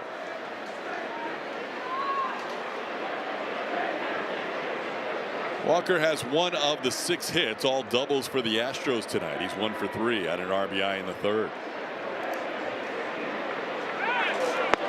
Runner goes, and Jeremy Pena is in there easily with a stolen base.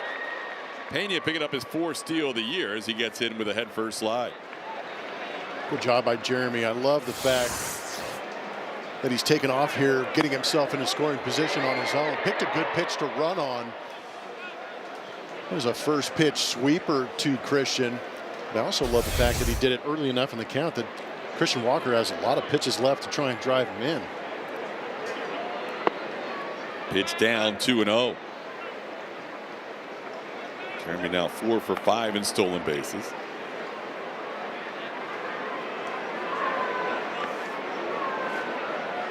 The 5th of the 6 doubles in the game hit by Lamont Wade Jr. made it 3-2, and then he scored with the next hitter Cam Smith doubling. That's a report you're hearing on Lamont Wade Jr. Right hamstring soreness for Lamont Wade Jr. He's out of the game. Bryce Matthews is now in the spot of Lamont Wade Jr. 2-1 pitch is fouled back. Christian now has an even count at 2.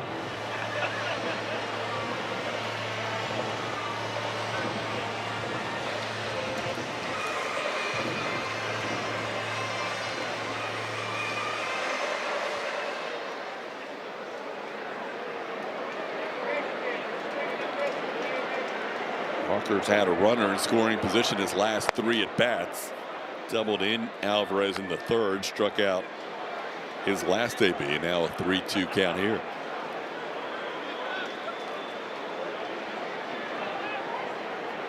Isak has a career home run against Seferian. He's in the on-deck circle.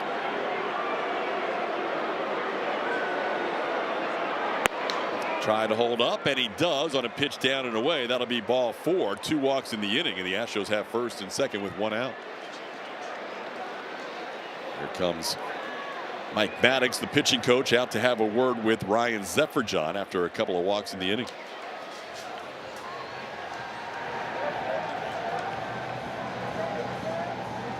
Now a word from Christian Brothers Automotive. From complex repairs to oil changes, we've got you covered at Christian Brothers Automotive. Great service, great offers, great warranty. Here's Isak Paredes. Paredes faced Seferian earlier this year and struck out looking. Last year when he faced him at Dyken Park, he hit a home run on a sweeper against him. Mike Maddox, who's been with the Rangers in recent years, first year as the Angels pitching coach, the veteran, having a word with Ryan Seferian.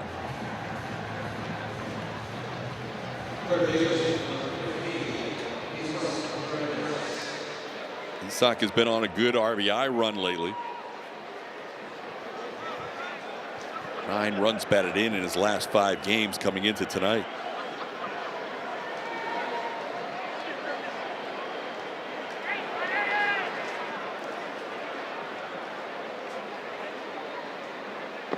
Pitch down from Seferian, 1-0.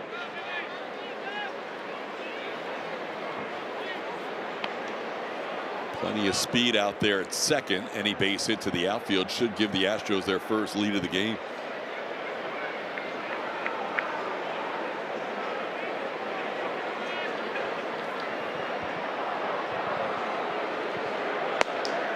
Two and 0. That's now 12 of 17 pitches off the plate for Seferian.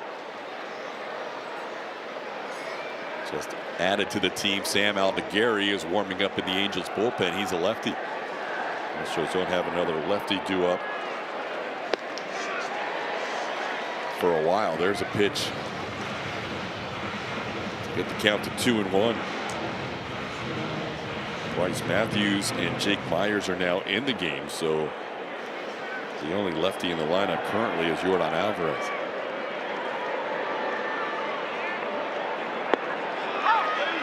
Two and 2.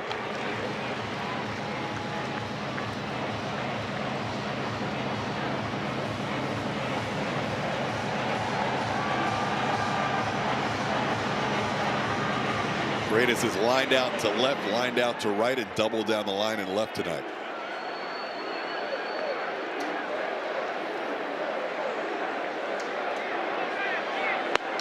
And Isak goes down on strikes. Big strikeout for Seferian for the second out. He's had 2 walks and 2 strikeouts in the inning.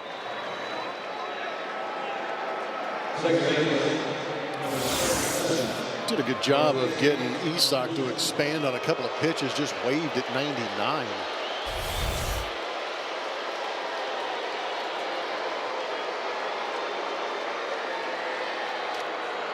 Here's Jose Altuve batting for a 4th time. Jose sees a lot of sweepers and sliders from Seferian, and there's one of them to get to an 0-1 count.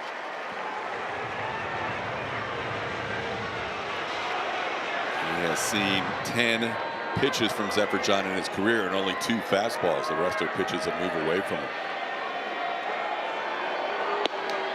There's a fastball, but off the plate, 1-1.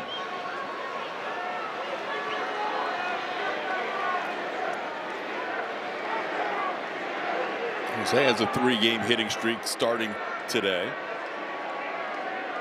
At least 3 of the last 4. He did get an at-bat late in the game yesterday. It's down and away, 2-1.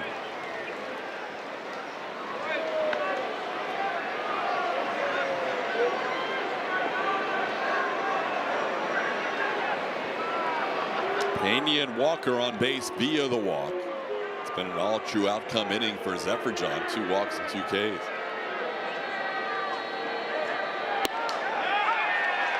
Two and 2. Zephyr-John throwing some good fastballs in this inning. It's been effectively wild. A 98, painting that down and away corner.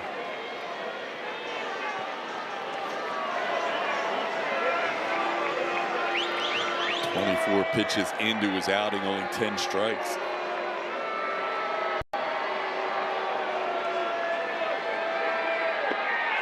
Tuve down on strikes. That'll end the inning. 3 strikeouts for Zephyr-John in the 7th. 2 walks left on base. 3-3 game, 7th inning stretch time here in Anaheim. We're going to head back to Houston and check in with Esh and Bogey in our Rooms to Go lounge.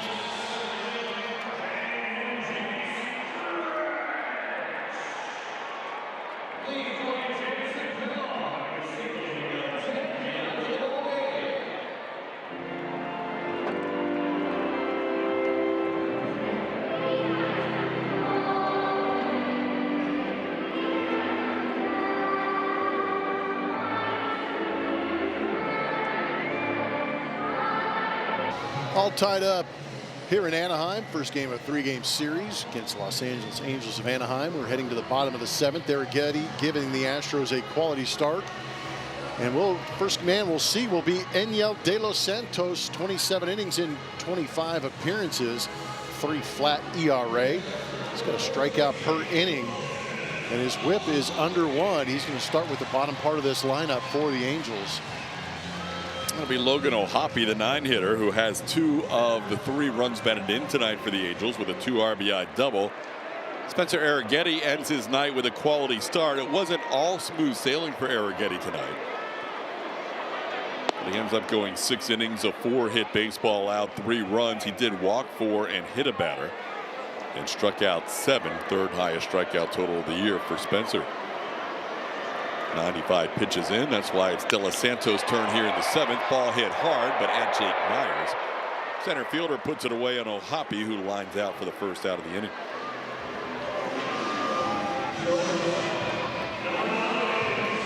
So since May 19th, the Astros with that second best bullpen ERA of 2.30.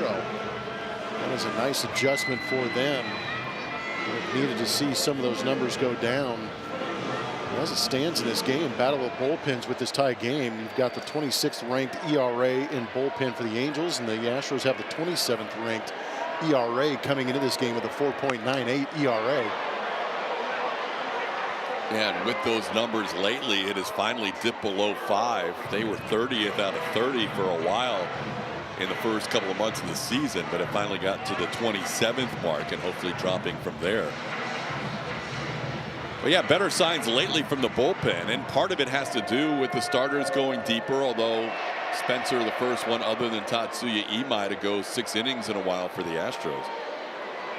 The other part of the equation, Blummer, is just getting guys like Nate Pearson and Josh Hader back, and that kind of sets up your bullpen to be a little deeper. No, I definitely think it's a combination of those. The Astros relievers this month, you can see putting up some great numbers, but getting Josh Hader back into that mix, and then you start to create some different pockets and opportunities for De Los Santos, King, and Okert. Zach Neto with an 0-2 count. De Los Santos has been amazing. It's been really good. And this season for me, we knew the fastball slider was there, but he's done a good job of working on that changeup, and that's been hyper effective against some left-handed hitters.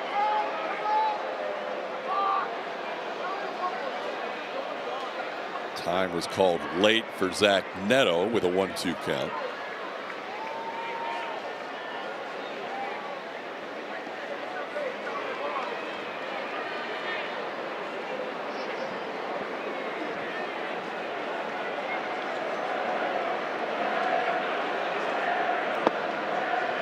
Didn't miss by much, and from the mound, Enyel De Los Santos is going to challenge. Pitcher's challenge.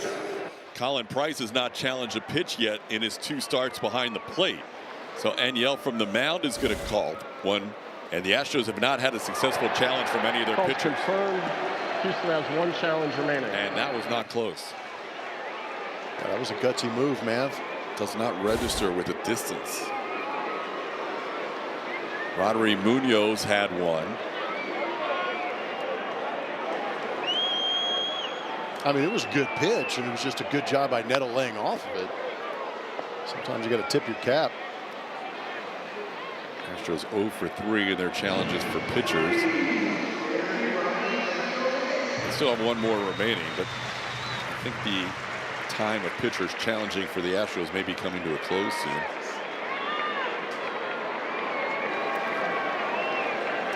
Two and 2 the count.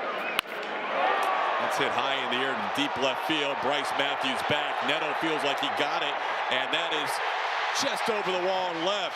Neto fired his bat away, thinking that was 30 feet beyond the left field wall, and it cleared the wall by a few feet to give the Angels a 4-3 lead.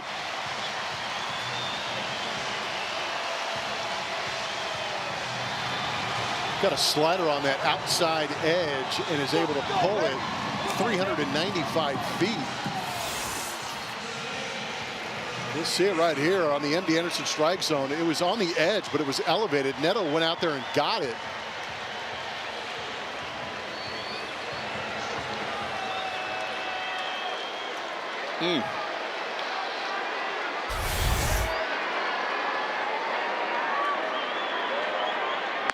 Swing and a miss by Trout. It's 0-1.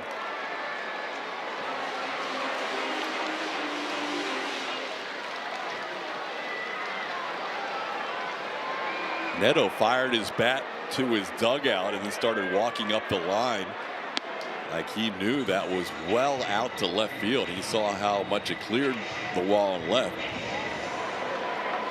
Not quite as far as he originally thought. 1-1 the count to Mike Trout. Well, that's knowing your pop, huh? I guess. Man.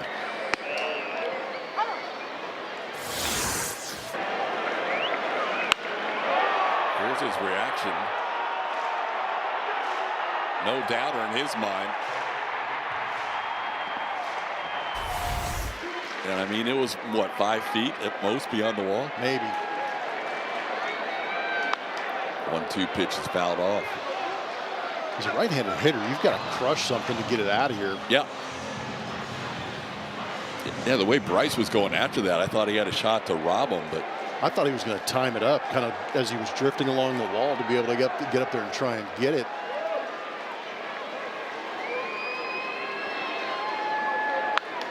check swing, stays 1-2 on Trout.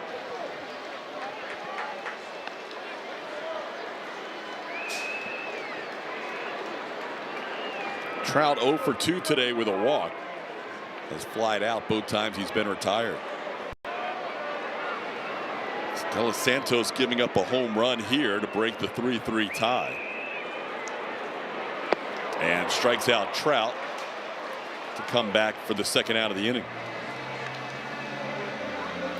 Let's answer our trivia question, powered by Reliant. So our Astros trivia asks you, who is the Astros all-time win leader versus the Angels? And it is, yeah, you know it, Dallas Keuchel. He's 12-2 against these Angels. Fear the beard.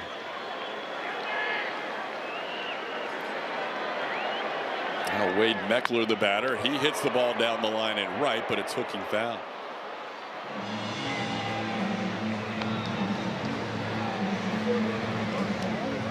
Stella Santos allowing just his second home run of the season. I mean, the Angels back in front. Angels have led most of the way in this game. They led 3-0 early, and the Astros tied it at 3 in the 6th. Now the Angels regain the lead.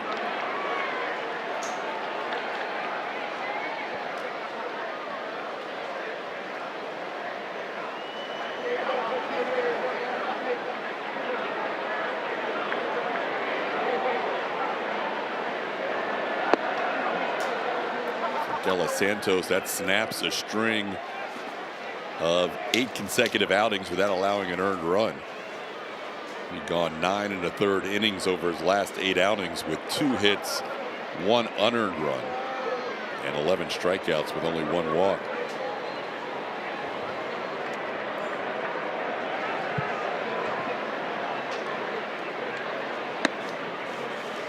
Last earned run was scored against him by the Rangers in Houston at Dyken Park back on May the 16th. 2-2 count to Meckler.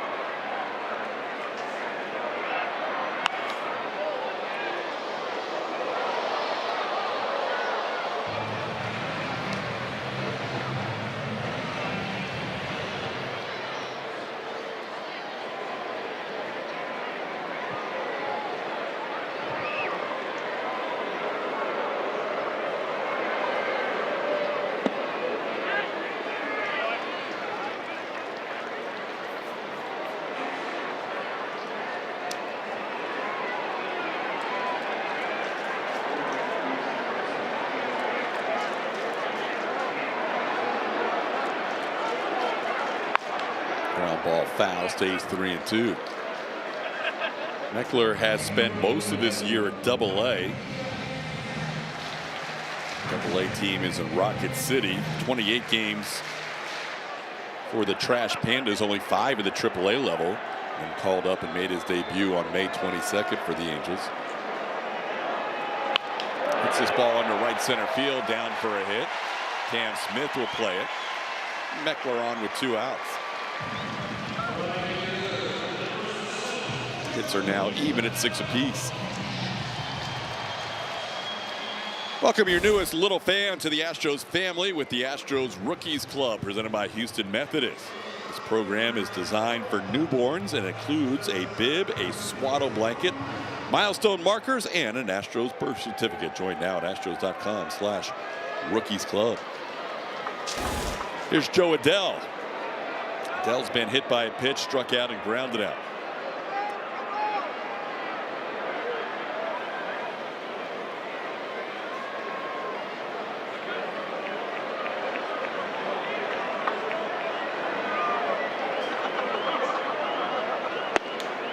First pitch wide, 1-0.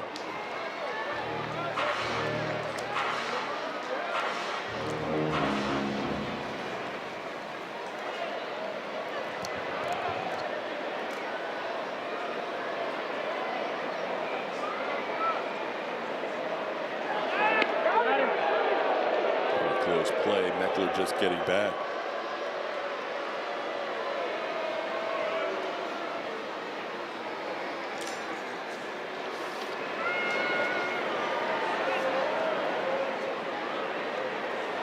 Brian King warming up in the Astros pen.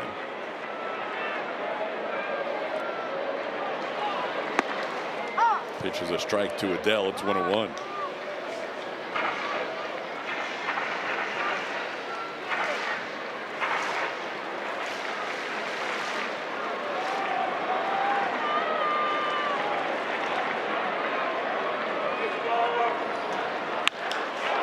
Into center. Jake Myers lines it up, and he'll put it away for the final out of the inning. Home run by Zach Neto breaks the tie. It's 4-3 Angels.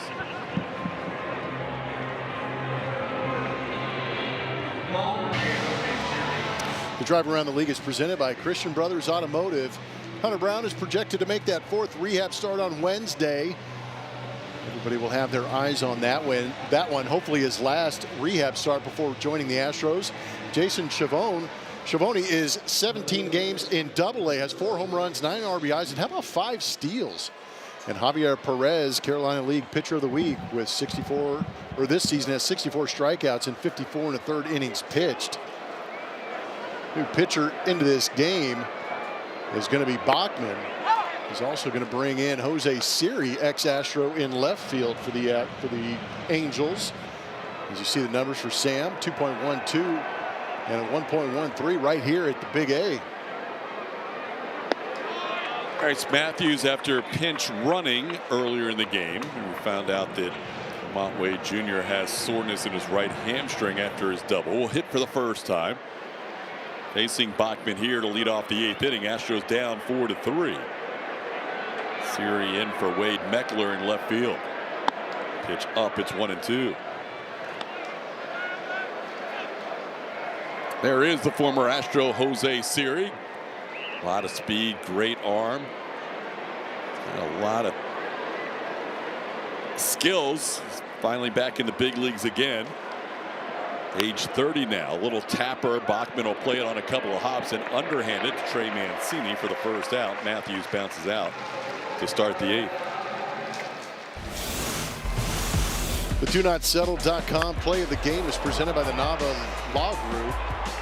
Cam Smith breaking that double in left field, driving in another youngster in Bryce Matthews, who was pinch running for Lamont Wade Jr.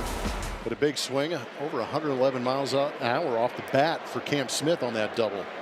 Back-to-back games with a multi-hit game for Cam. He had 2 of the 4 hits yesterday for the Astros, 2 of the 6 hits today. Astros still do not have a single, a triple, or a home run in this game. They have 6 hits, all doubles. Cam uses his timeout and then got right back in the batter's box. He said, wait, he was engaged with me, and so I stepped right back in. Cam needed to take a little more time there when he calls timeout. That one well off the plate, 1-1. Cam with doubles 9 and 10 on the season, joins the double-digit double club. There are 5 of those in the lineup, led by Yordan Alvarez with 13. Christian Walker and Isaac Paredes have 11, and Cam and Altuve have 10.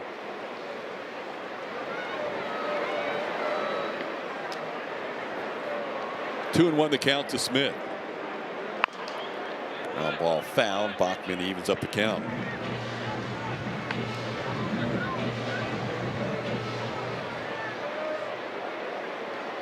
Zach Neto hitting a home run for the 3rd consecutive game. Getting one off Enyel De Los Santos to give the Angels a 4-3 lead. Now the Astros batting in the 8th. Smith down on strikes. Bachman picks up his first strikeout, 2 away in the inning. A strikeout number 10 for Angels pitchers tonight.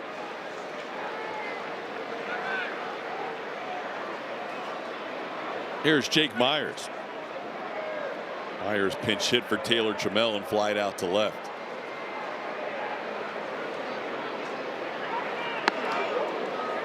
Almost got him on a pitch in. 1-0.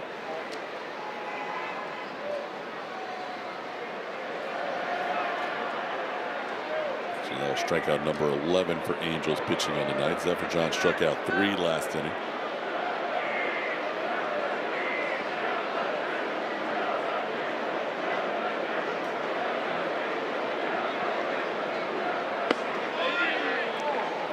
Missing in, 2-0 to Jake.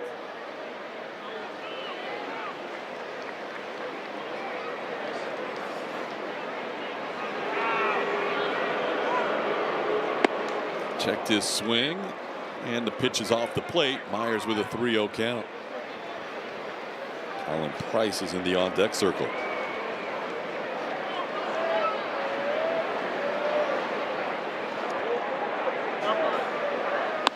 That's high, ball 4. Myers draws a walk with 2 outs. The Shiner Spotlight falls on Colin Price. Got a hitter's count, got a fastball being challenged by Grayson Rodriguez, and shot it down that right field line. And the reason we're showing this replay is because that is his first major league hit. So welcome to the show, Colin Price. Boys in the dugout were stoked. First pitch to Price is a strike, 0-1.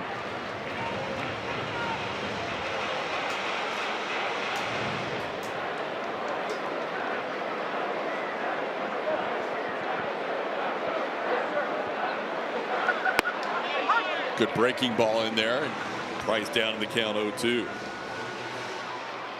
Collins struck out swinging in the 3rd, struck out looking the 6th. He's 1 for 3 today with that first big league hit. Looks like Brian King's going to come in and pitch at the bottom of the 8th. He's still warming in the Astros pen.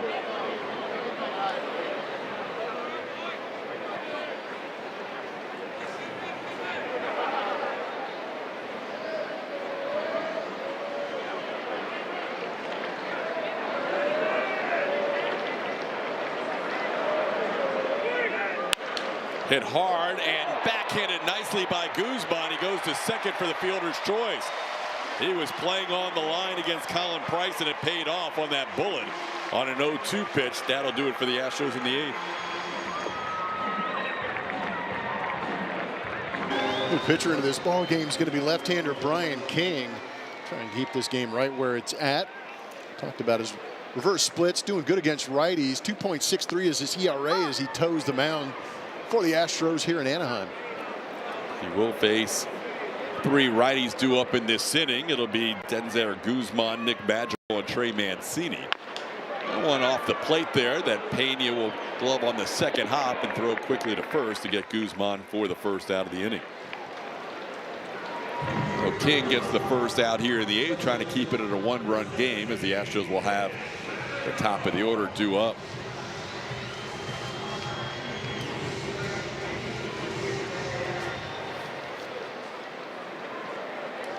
Nick Madrigal will bat. He's 1 for 2 with a walk. Kirby Yates, the closer, warming up for the Angels. Sitting on 99 saves in his career. There is Kirby.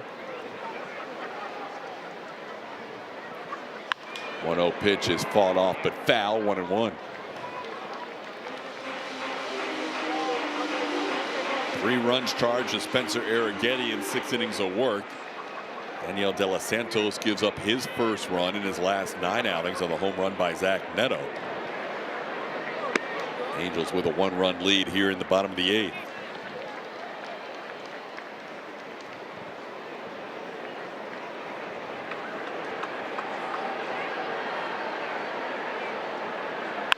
On the ground, Christian Walker is there, tells Brian King he doesn't have to cover, and Christian takes it to the bag himself for the second out.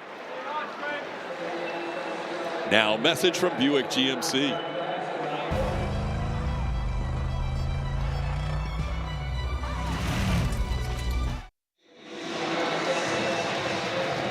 Two outs, base is empty for the 34-year-old Trey Mancini, back in the big leagues. Trey's number matching his age as he takes a pitch up for ball 1. 2 for 3 night in his return to the big leagues.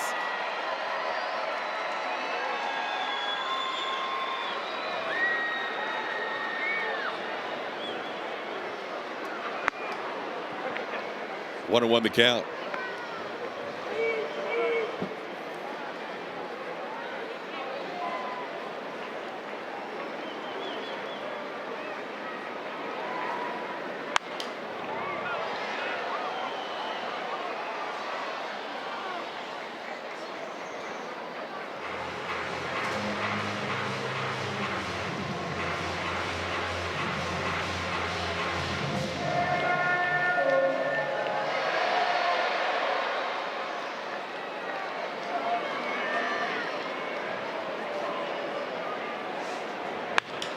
It's sharply. That's a 3-hit game for Mancini.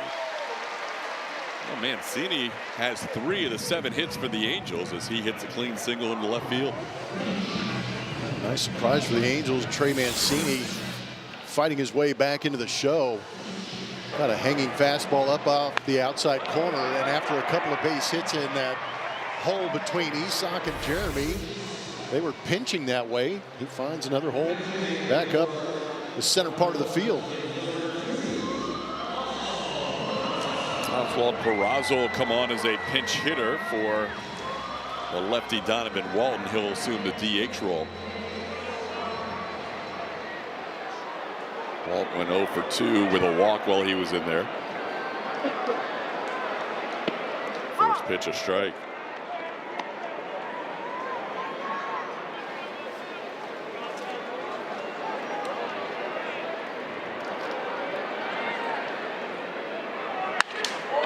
Broken bat looper, and Altuve makes the catch over his shoulder for the final out of the inning. 1 hit, 1 left on. We head to the 9th. Astros down 1. They'll have the top of the order due up. It'll be Jeremy Pena, Yordan Alvarez, and Christian Walker facing Kirby Yates.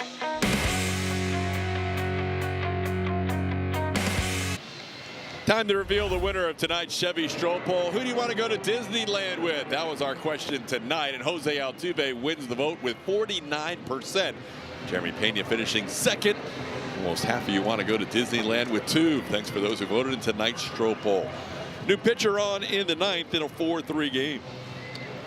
Right-hander veteran Kirby Yates coming into this game. Fastball split primarily from Yates. 11 games this season, and he has pitched in 9 1/3 innings. 12 strikeouts in that 9 1/3. Maybe pitching in a little bit of bad luck if you look at that xFIP compared to the ERA. The ERA at 4.82. Astros have their right guys due up. Jeremy Pena, Yordan Alvarez, Christian Walker, the top of the order. Yates with 99 career saves entering play tonight. There are 7 active pitchers with 100 or more saves currently in the major leagues. Yates trying to join that crew as he misses in for ball 1. He has a career 1.42 ERA against the Astros. As Pena fouls one back, it's 1-1.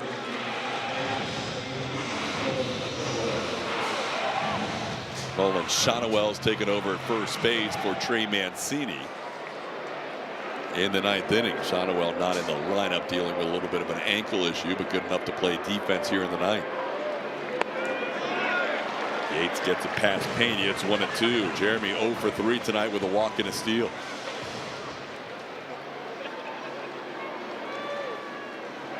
Two for 5 in his career against Yates with a couple of strikeouts. Checks a swing on a pitch down and away. 2-2.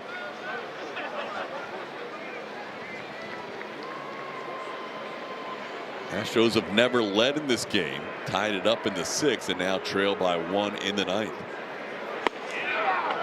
Off the edge and the count goes full on Pena. Yates really wanted that one in the other box, didn't he? He's a veteran 39-year-old. Maybe he used to get some of those calls earlier in his career. Maybe. Started his career with Tampa Bay back in 2014. I don't even think they were calling those back in 2014. That is down, ball 4. The Astros have the leadoff runner on in Jeremy Pena. Great speed to lead off the 9th. Yeah, you got to love that at bat, laying off that split and that full count. Good discipline from Jeremy. We've got some good possibilities. He's going to be 100% sure if he's going to try and steal a base with this guy at the plate, because he's already in scoring position at first base. How about this stat? Kirby Yates has supposed to have faced Yordan twice, but he intentionally walked him both times instead of facing him. So he's never had an official plate appearance against Yates because he was intentionally walked both times when he was with the Rangers. So now Yates has to face him. Has the go-ahead run in the 9th. Obviously, it wasn't Kirby's decision. That was a Bruce Bochy decision at the time. 0-1 the count to the big man. Gets a strike on the outside edge. It's 0-2.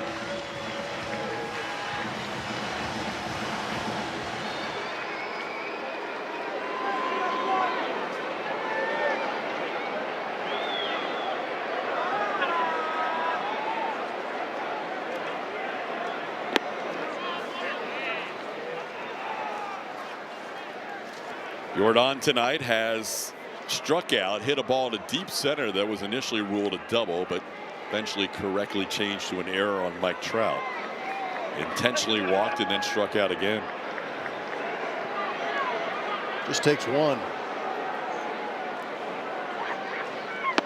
Off the plate, 2-2.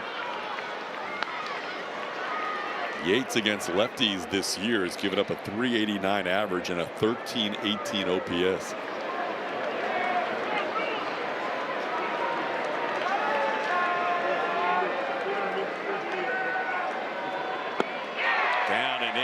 Yordan to chase. Rare to see Yordan leave the strike zone by that much. That is out number 1. I've seen some chase in this game. Kind of crazy to think that Yordan struck out 3 times in this game, chasing a split down way out of the zone.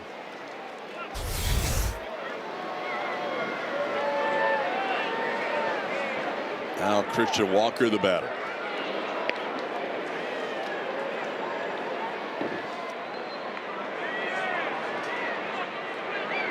Mentioned the numbers for righties or lefties against Yates. Righties just 1 for 18. Christian has not had much success against Kirby. 0 for 8 with 5 strikeouts. First pitch strike.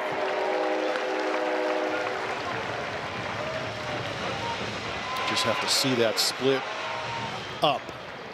If you see it starting about mid-thigh, lay off it, usually tumble down out of the zone. There goes Pena. Pitches down. And Pena has his second steal of the night. He's in scoring position with 1 out in the ninth as the tying run. Pena's 5th steal on the year. Good jump, good pitch to run on. That was a split down. O'Hoppe doing the best he could. They're going to challenge this call. It was a pretty good pick by Madrigal. You'll see it on a mattress from Supermo. Ooh. It still looks like the hand might be on the bag. Yeah, but the way he caught it was really nice. Yeah. He literally caught it on the leg of Jeremy. Made it a close call. Called safe by crew chief and second base umpire Ron Copa. New York will take a look at this. This is obviously a huge play in the top of the 9th inning. I think he just got in there, though. Yeah, but like you said, late in the game, why not give it a shot? You never know. This one will probably be confirmed as opposed to stands. We'll take another look. Gloves on the bag. Yeah. Yeah, he's safe. That's going to be confirmed. Yeah. But as you said, might as well take a shot. You're not going to save him anyhow. Jeremy with 2 steals tonight. Now a base hit to the outfield should score a run. As good as Pena runs. Taking longer than I thought it would. They're making really sure that he's safe. I mean, the hand never came up, right? Nope. Yeah, they show it on the big board right here. Clear, safe as can be. With the hand on the bag, then the catch. And it was a great catch and tag. Confirmed. In my eyes. Yeah, we never heard the announcement.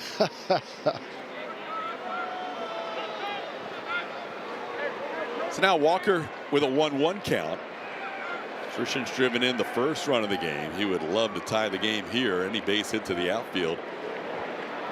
Probably going to send Pena.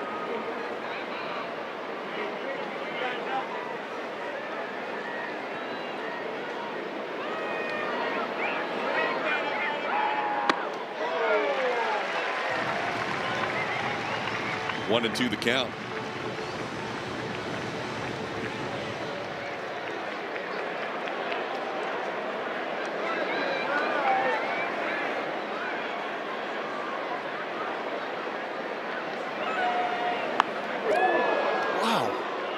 Like over the head of Isak? Did you see that? Yeah. Didn't mean to hit it. It was a check swing, and the ball found the bat. Yeah, that was off the bat. Pretty quick reaction from Isak on deck. Watch behind home plate. That ball checked. Okay. From our angle, it looked like right over his head. Kind of interesting. Kirby staying with fastballs against Christian Walker. He's gotten some late swings. That one on the outside edge. And now that you've got him kind of sped up, you wonder if he's going to try and get that split. He's got the 1-2 count. He's got a couple he can waste down out of the zone if he wanted to.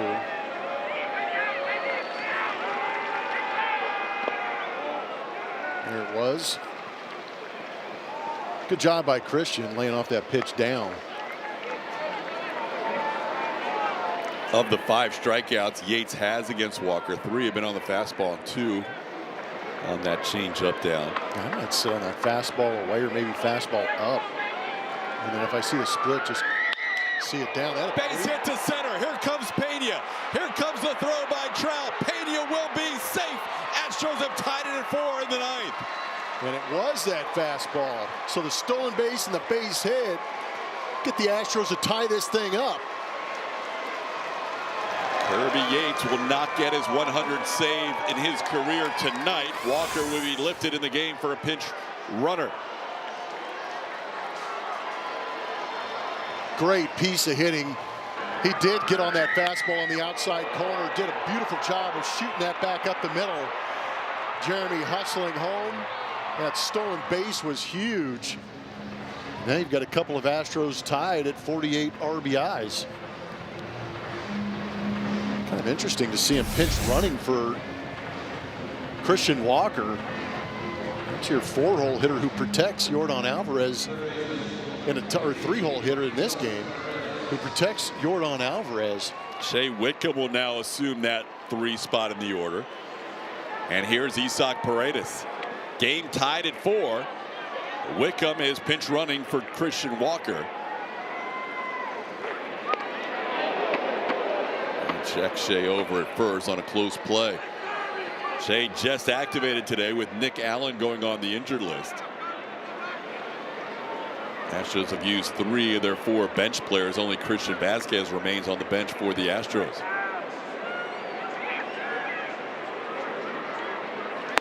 Pitch home is a strike, 0-1. Walk, stolen base, and single. That was only the 2nd hit allowed by Yates this year against a right-hand hitter. He's now allowed a 2 for 19 on the season. Paredes facing Kirby for the first time, takes one down. It's 1-1. Sam Aldegari warming for the Angels. Josh Hader warming for the Astros in this tie game in the 9th. Paredes pops it into shallow center. Back going Madrigal makes a nice catch in shallow center field for out number 2.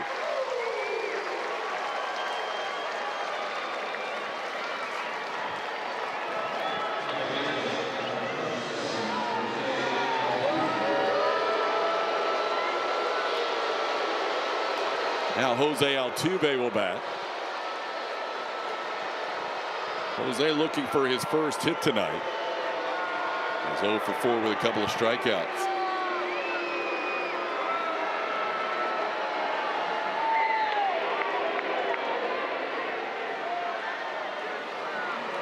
Jose also looking for his first career hit against Kirby Yates. Yates almost always throws Altuve splitters. 9 of the last 10 pitches in their head-to-head matchups have been that splitter. Giving him a fastball there, and Altuve tried to bunt.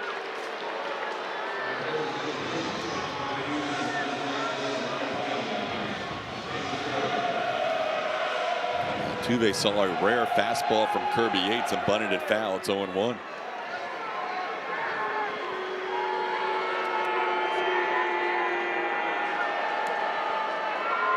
Bunting again. And I don't know why. Bryce Matthews is on deck. Altuve getting down to the count 0-2. Angels not expecting bunt. They've kept their infield back. Yeah, rightfully so, considering the situation and the hitter. There goes Whitcomb. The pitch is grounded to short. Neto will make the play, and Altuve retired for the final out of the inning. We're going to head to the bottom of the 9th, tied at 4, thanks to Christian Walker's RBI base hit.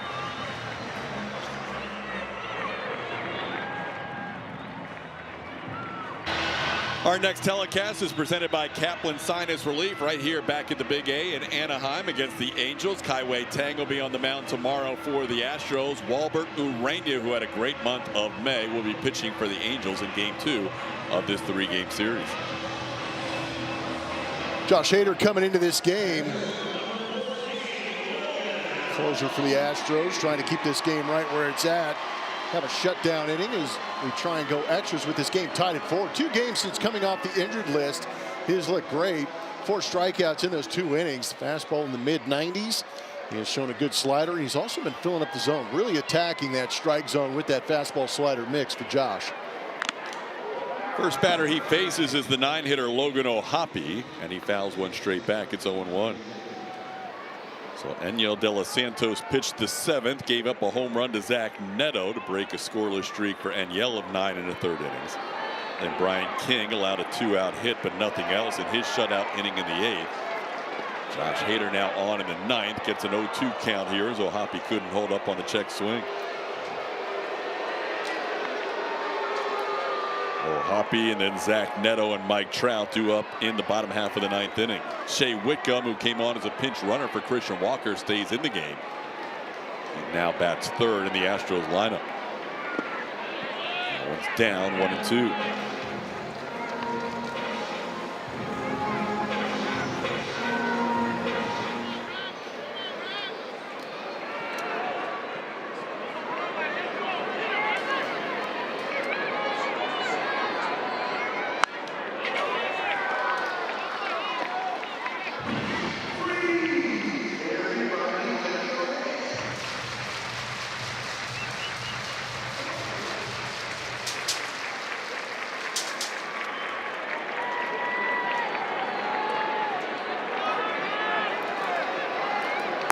Got him. Hader picks up a strikeout here to start his outing, getting Logan O'Hoppe swinging for the first out of the ninth.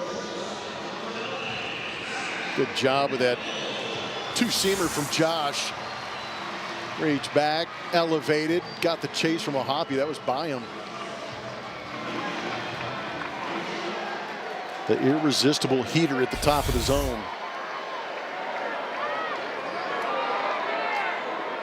Zach Neto takes a slider for a strike, 0-1. Neto gave the Angels a 4-3 lead with a home run in the seventh.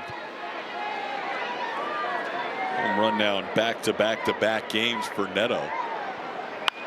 Hits this ball foul the other way. It's 0-2.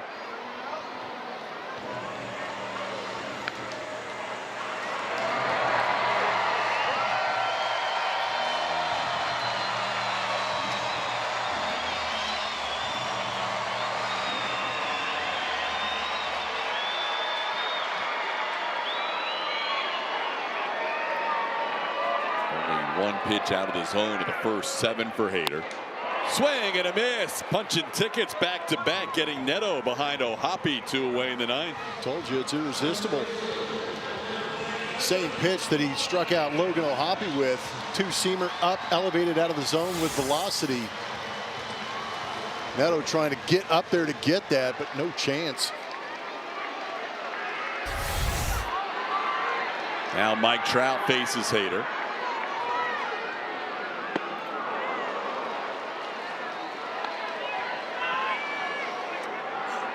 Trout 0 for 3 tonight with a walk, down in the count 0-1. Hader continues to pull up the zone.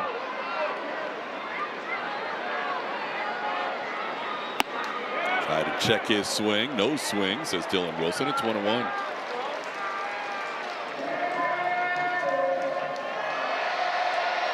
Trout faced Josh twice last year, 0 for 2, a strikeout and a lineout.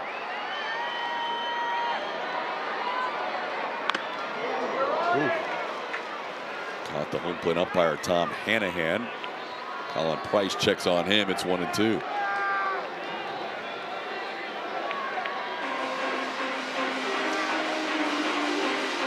Hader trying to send the game into extra innings.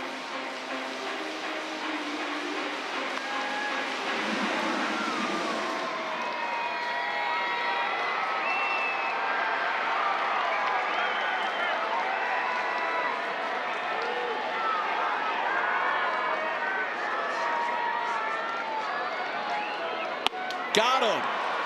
Josh Hader strikes out the side. O'Hoppe, Neto, and Trout in order. We head to the 10th, tied at 4. Sam Aldegari coming in for the Angels.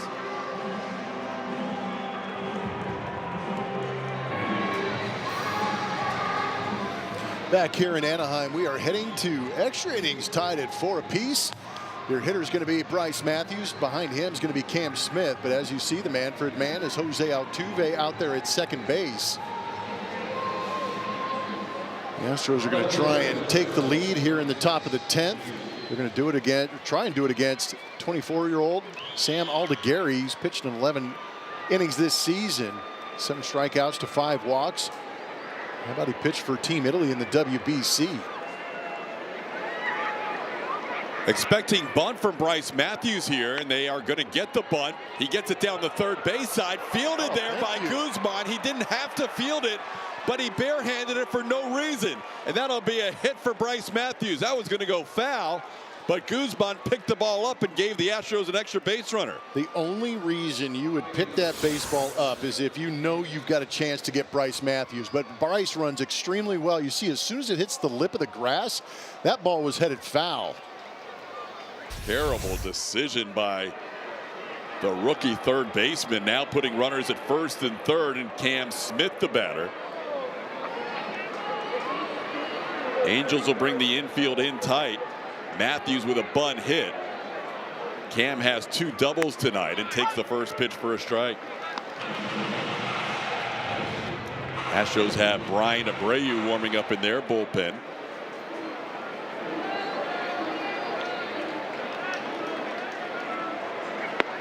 Cam down to the count, 0-2. It's going to be a lot of change-ups from Aldegari to the right-handed hitters. Aldegari just activated today with Jack Kohanowitz going on the IL. Actually, yesterday he was activated, pitching for the first time today. Pitch gets away from O'Hoppe, but not far enough. It's 1-2.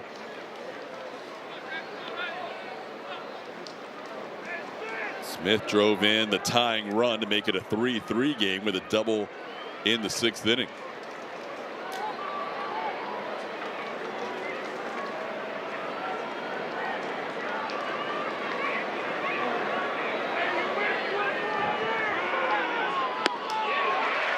Big strikeout for Aldegari. Smith down for the first out.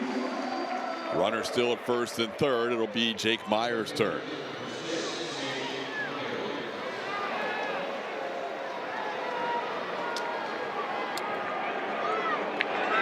Jake does like to swing at the first pitch. He does have a hit against Aldegari on the only pitch he has seen from him, a slider that he singled against him in their only matchup. Goes after the first pitch here and pops it up. Second baseman Nick Madrigal into shallow center, puts it away. Coming home, Altuve. Here comes the throw. It gets by O'Hoppe, and the Astros get a sacrifice fly on a ball hit into shallow center just beyond the infield. Unreal. 5-4 Astros taking their first lead of the night. Sac fly to second base because you've got an aggressive runner at third. That ball going up. Altuve makes the decision to try and force the issue and make the Angels play defense, and they couldn't. Madrigal's throw is an in-between hop and skips past Logan O'Hoppe, and the go-ahead run scores on a sac fly to the second baseman. Unbelievable. A bunt that was going foul, fielded by Guzman, and now a sac fly that just left the infield by about 20 feet. And the Astros have a 5-4 lead.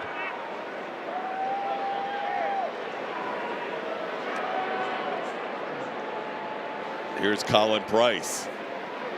There goes Matthews. The pitch is a strike. The throw is in time. Matthews thrown out. Astros may want to look at this. Bryce was 2 for 2 in steals to start the year. He's been caught stealing his last 3 times, and now a 4th time initially called by Ron Kolpa. No challenge from the Astros. That will end the inning. It'll be a 1-run lead. Brian Abreu will be on for the Astros in the bottom half of the 10th in a 5-4 game.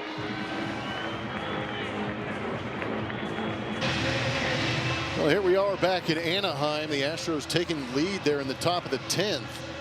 We will head to the bottom of the 10th, and it will be Brian Abreu coming into this game.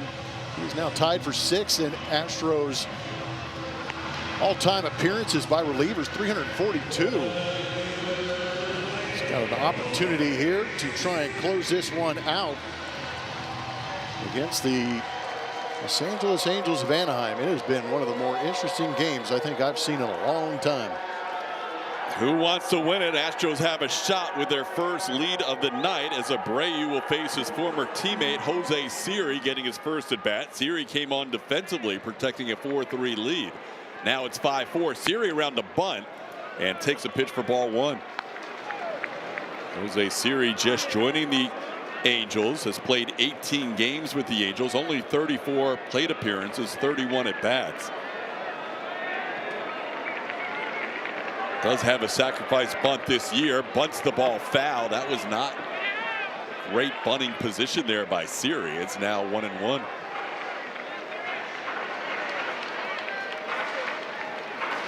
Pitcher's up and in, off the zone, out of the zone. Did Abreu a favor. Could have been a 2-0 count. That was waved at. Not a great bunt attempt. It's 1-2. We've seen some strange things here the last couple of innings. Yeah, this is bizarre. Love for it to work out in the Astros' favor. Trout on second base as the unearned runner, nobody out, and Siri now down in the count. Astros still anticipating bunt in it with Whitcomb and Paredes on the corners. Siri swinging away and hits the ball in the left field for a base hit. Here comes Trout. Here comes a throw by Matthews. It's a good one. Trout is out at home plate. What a throw by Bryce. Gunned down Mike Trout, going in head first as he is out number 1 in the 10th. They're going to challenge it from the Angels dugout. Bryce Matthews doing a great job charging in.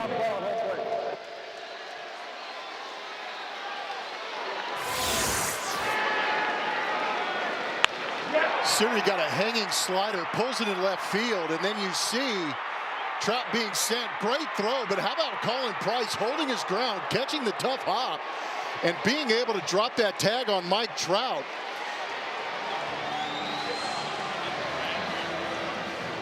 Did a great job of following that throw to the inside part.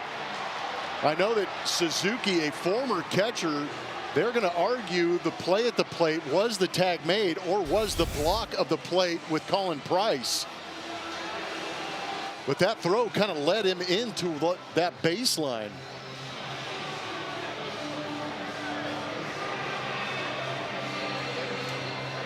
Did a great job of making that catch and getting that foot down in front of Mike Trout and blocking the plate with that left knee.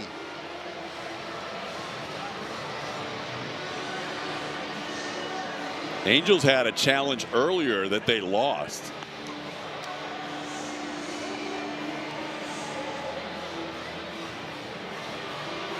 Because Colin Price actually was behind the plate on the inside part of the diamond, and when after that ball hit the dirt or hit the grass and skipped to him, he went with the throw. So that knee kind of dropped almost simultaneously. After review, there was no violation of blocking the plate. The call's confirmed. The runner is out. That's a great play by Colin Price. But how about the throw from Bryce Matthews? Converted infielder to the outfield, puts it on the money. And credit Colin Price for staying with that throw, making the catch, and dropping the tag. In a game of bizarre plays, that was a beautiful play. That was an unbelievable throw by Bryce to gun down Mike Trout. Now the tying run still at second base as Jose Siri was able to get a 2-strike base hit against his former teammate Brian Abreu after a couple of failed bunts. And Abreu will face Joe Adell. Siri with even better speed now at second than Mike Trout. So 1 out in the inning, still work to do for Abreu. As Joe Adell, you can see in his career what he's done against Abreu.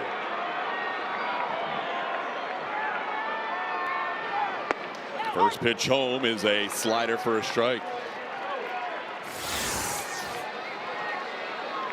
Colin Price fired up after the review was confirmed that the out was made at home and there was no blocking.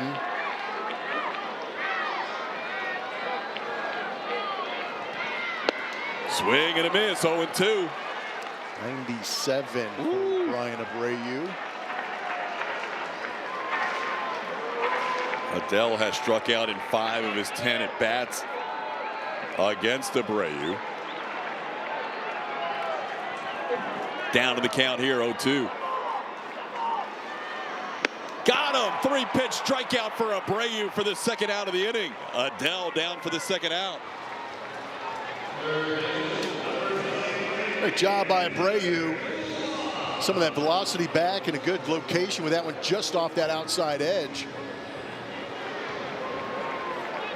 Aldenzer Guzman, who is 0 for 4 tonight, hits the ball into left field pretty deep, but Bryce Matthews is there. Astros win it 5-4. They tied in the 9th on a Christian Walker base hit, and they win it in the 10th on a sacrifice fly that went about 120 feet. What a wild one here to start the road trip. Just win, baby. That's all it is. Doesn't matter how pretty, how ugly, just win. Colin Price picks up his first big league hit, and he also makes a great play combining with Bryce Matthews on the throw home and the tag to cut down Mike Trout that would have tied this game. Big win for the Astros here on the West Coast. Bryce Matthews with the assist of the year, gutting down the would-be tying run and setting up the Astros for success. Abreu does the rest in a 5-4 Astros victory. Brian Abreu picks up the save tonight. Post-game show presented by Whataburger. You've waited a while. Esh and Bogey are ready along with help from Lauren. The post-game show comes your way next.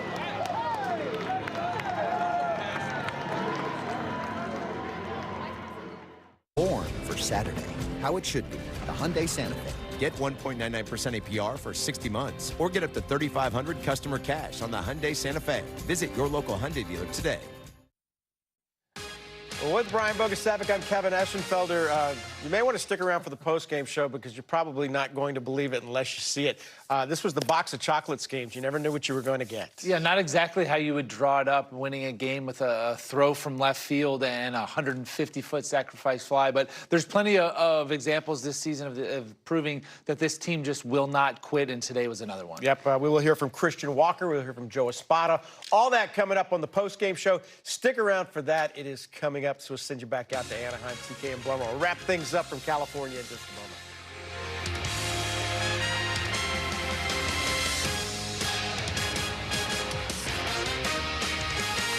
Now it 5-4 the final here at Angels Stadium. The Astros win it with a run in the 9th to tie it and a run in the 10th to win it. Back here, Todd Callis alongside Jeff Blum in the broadcast booth.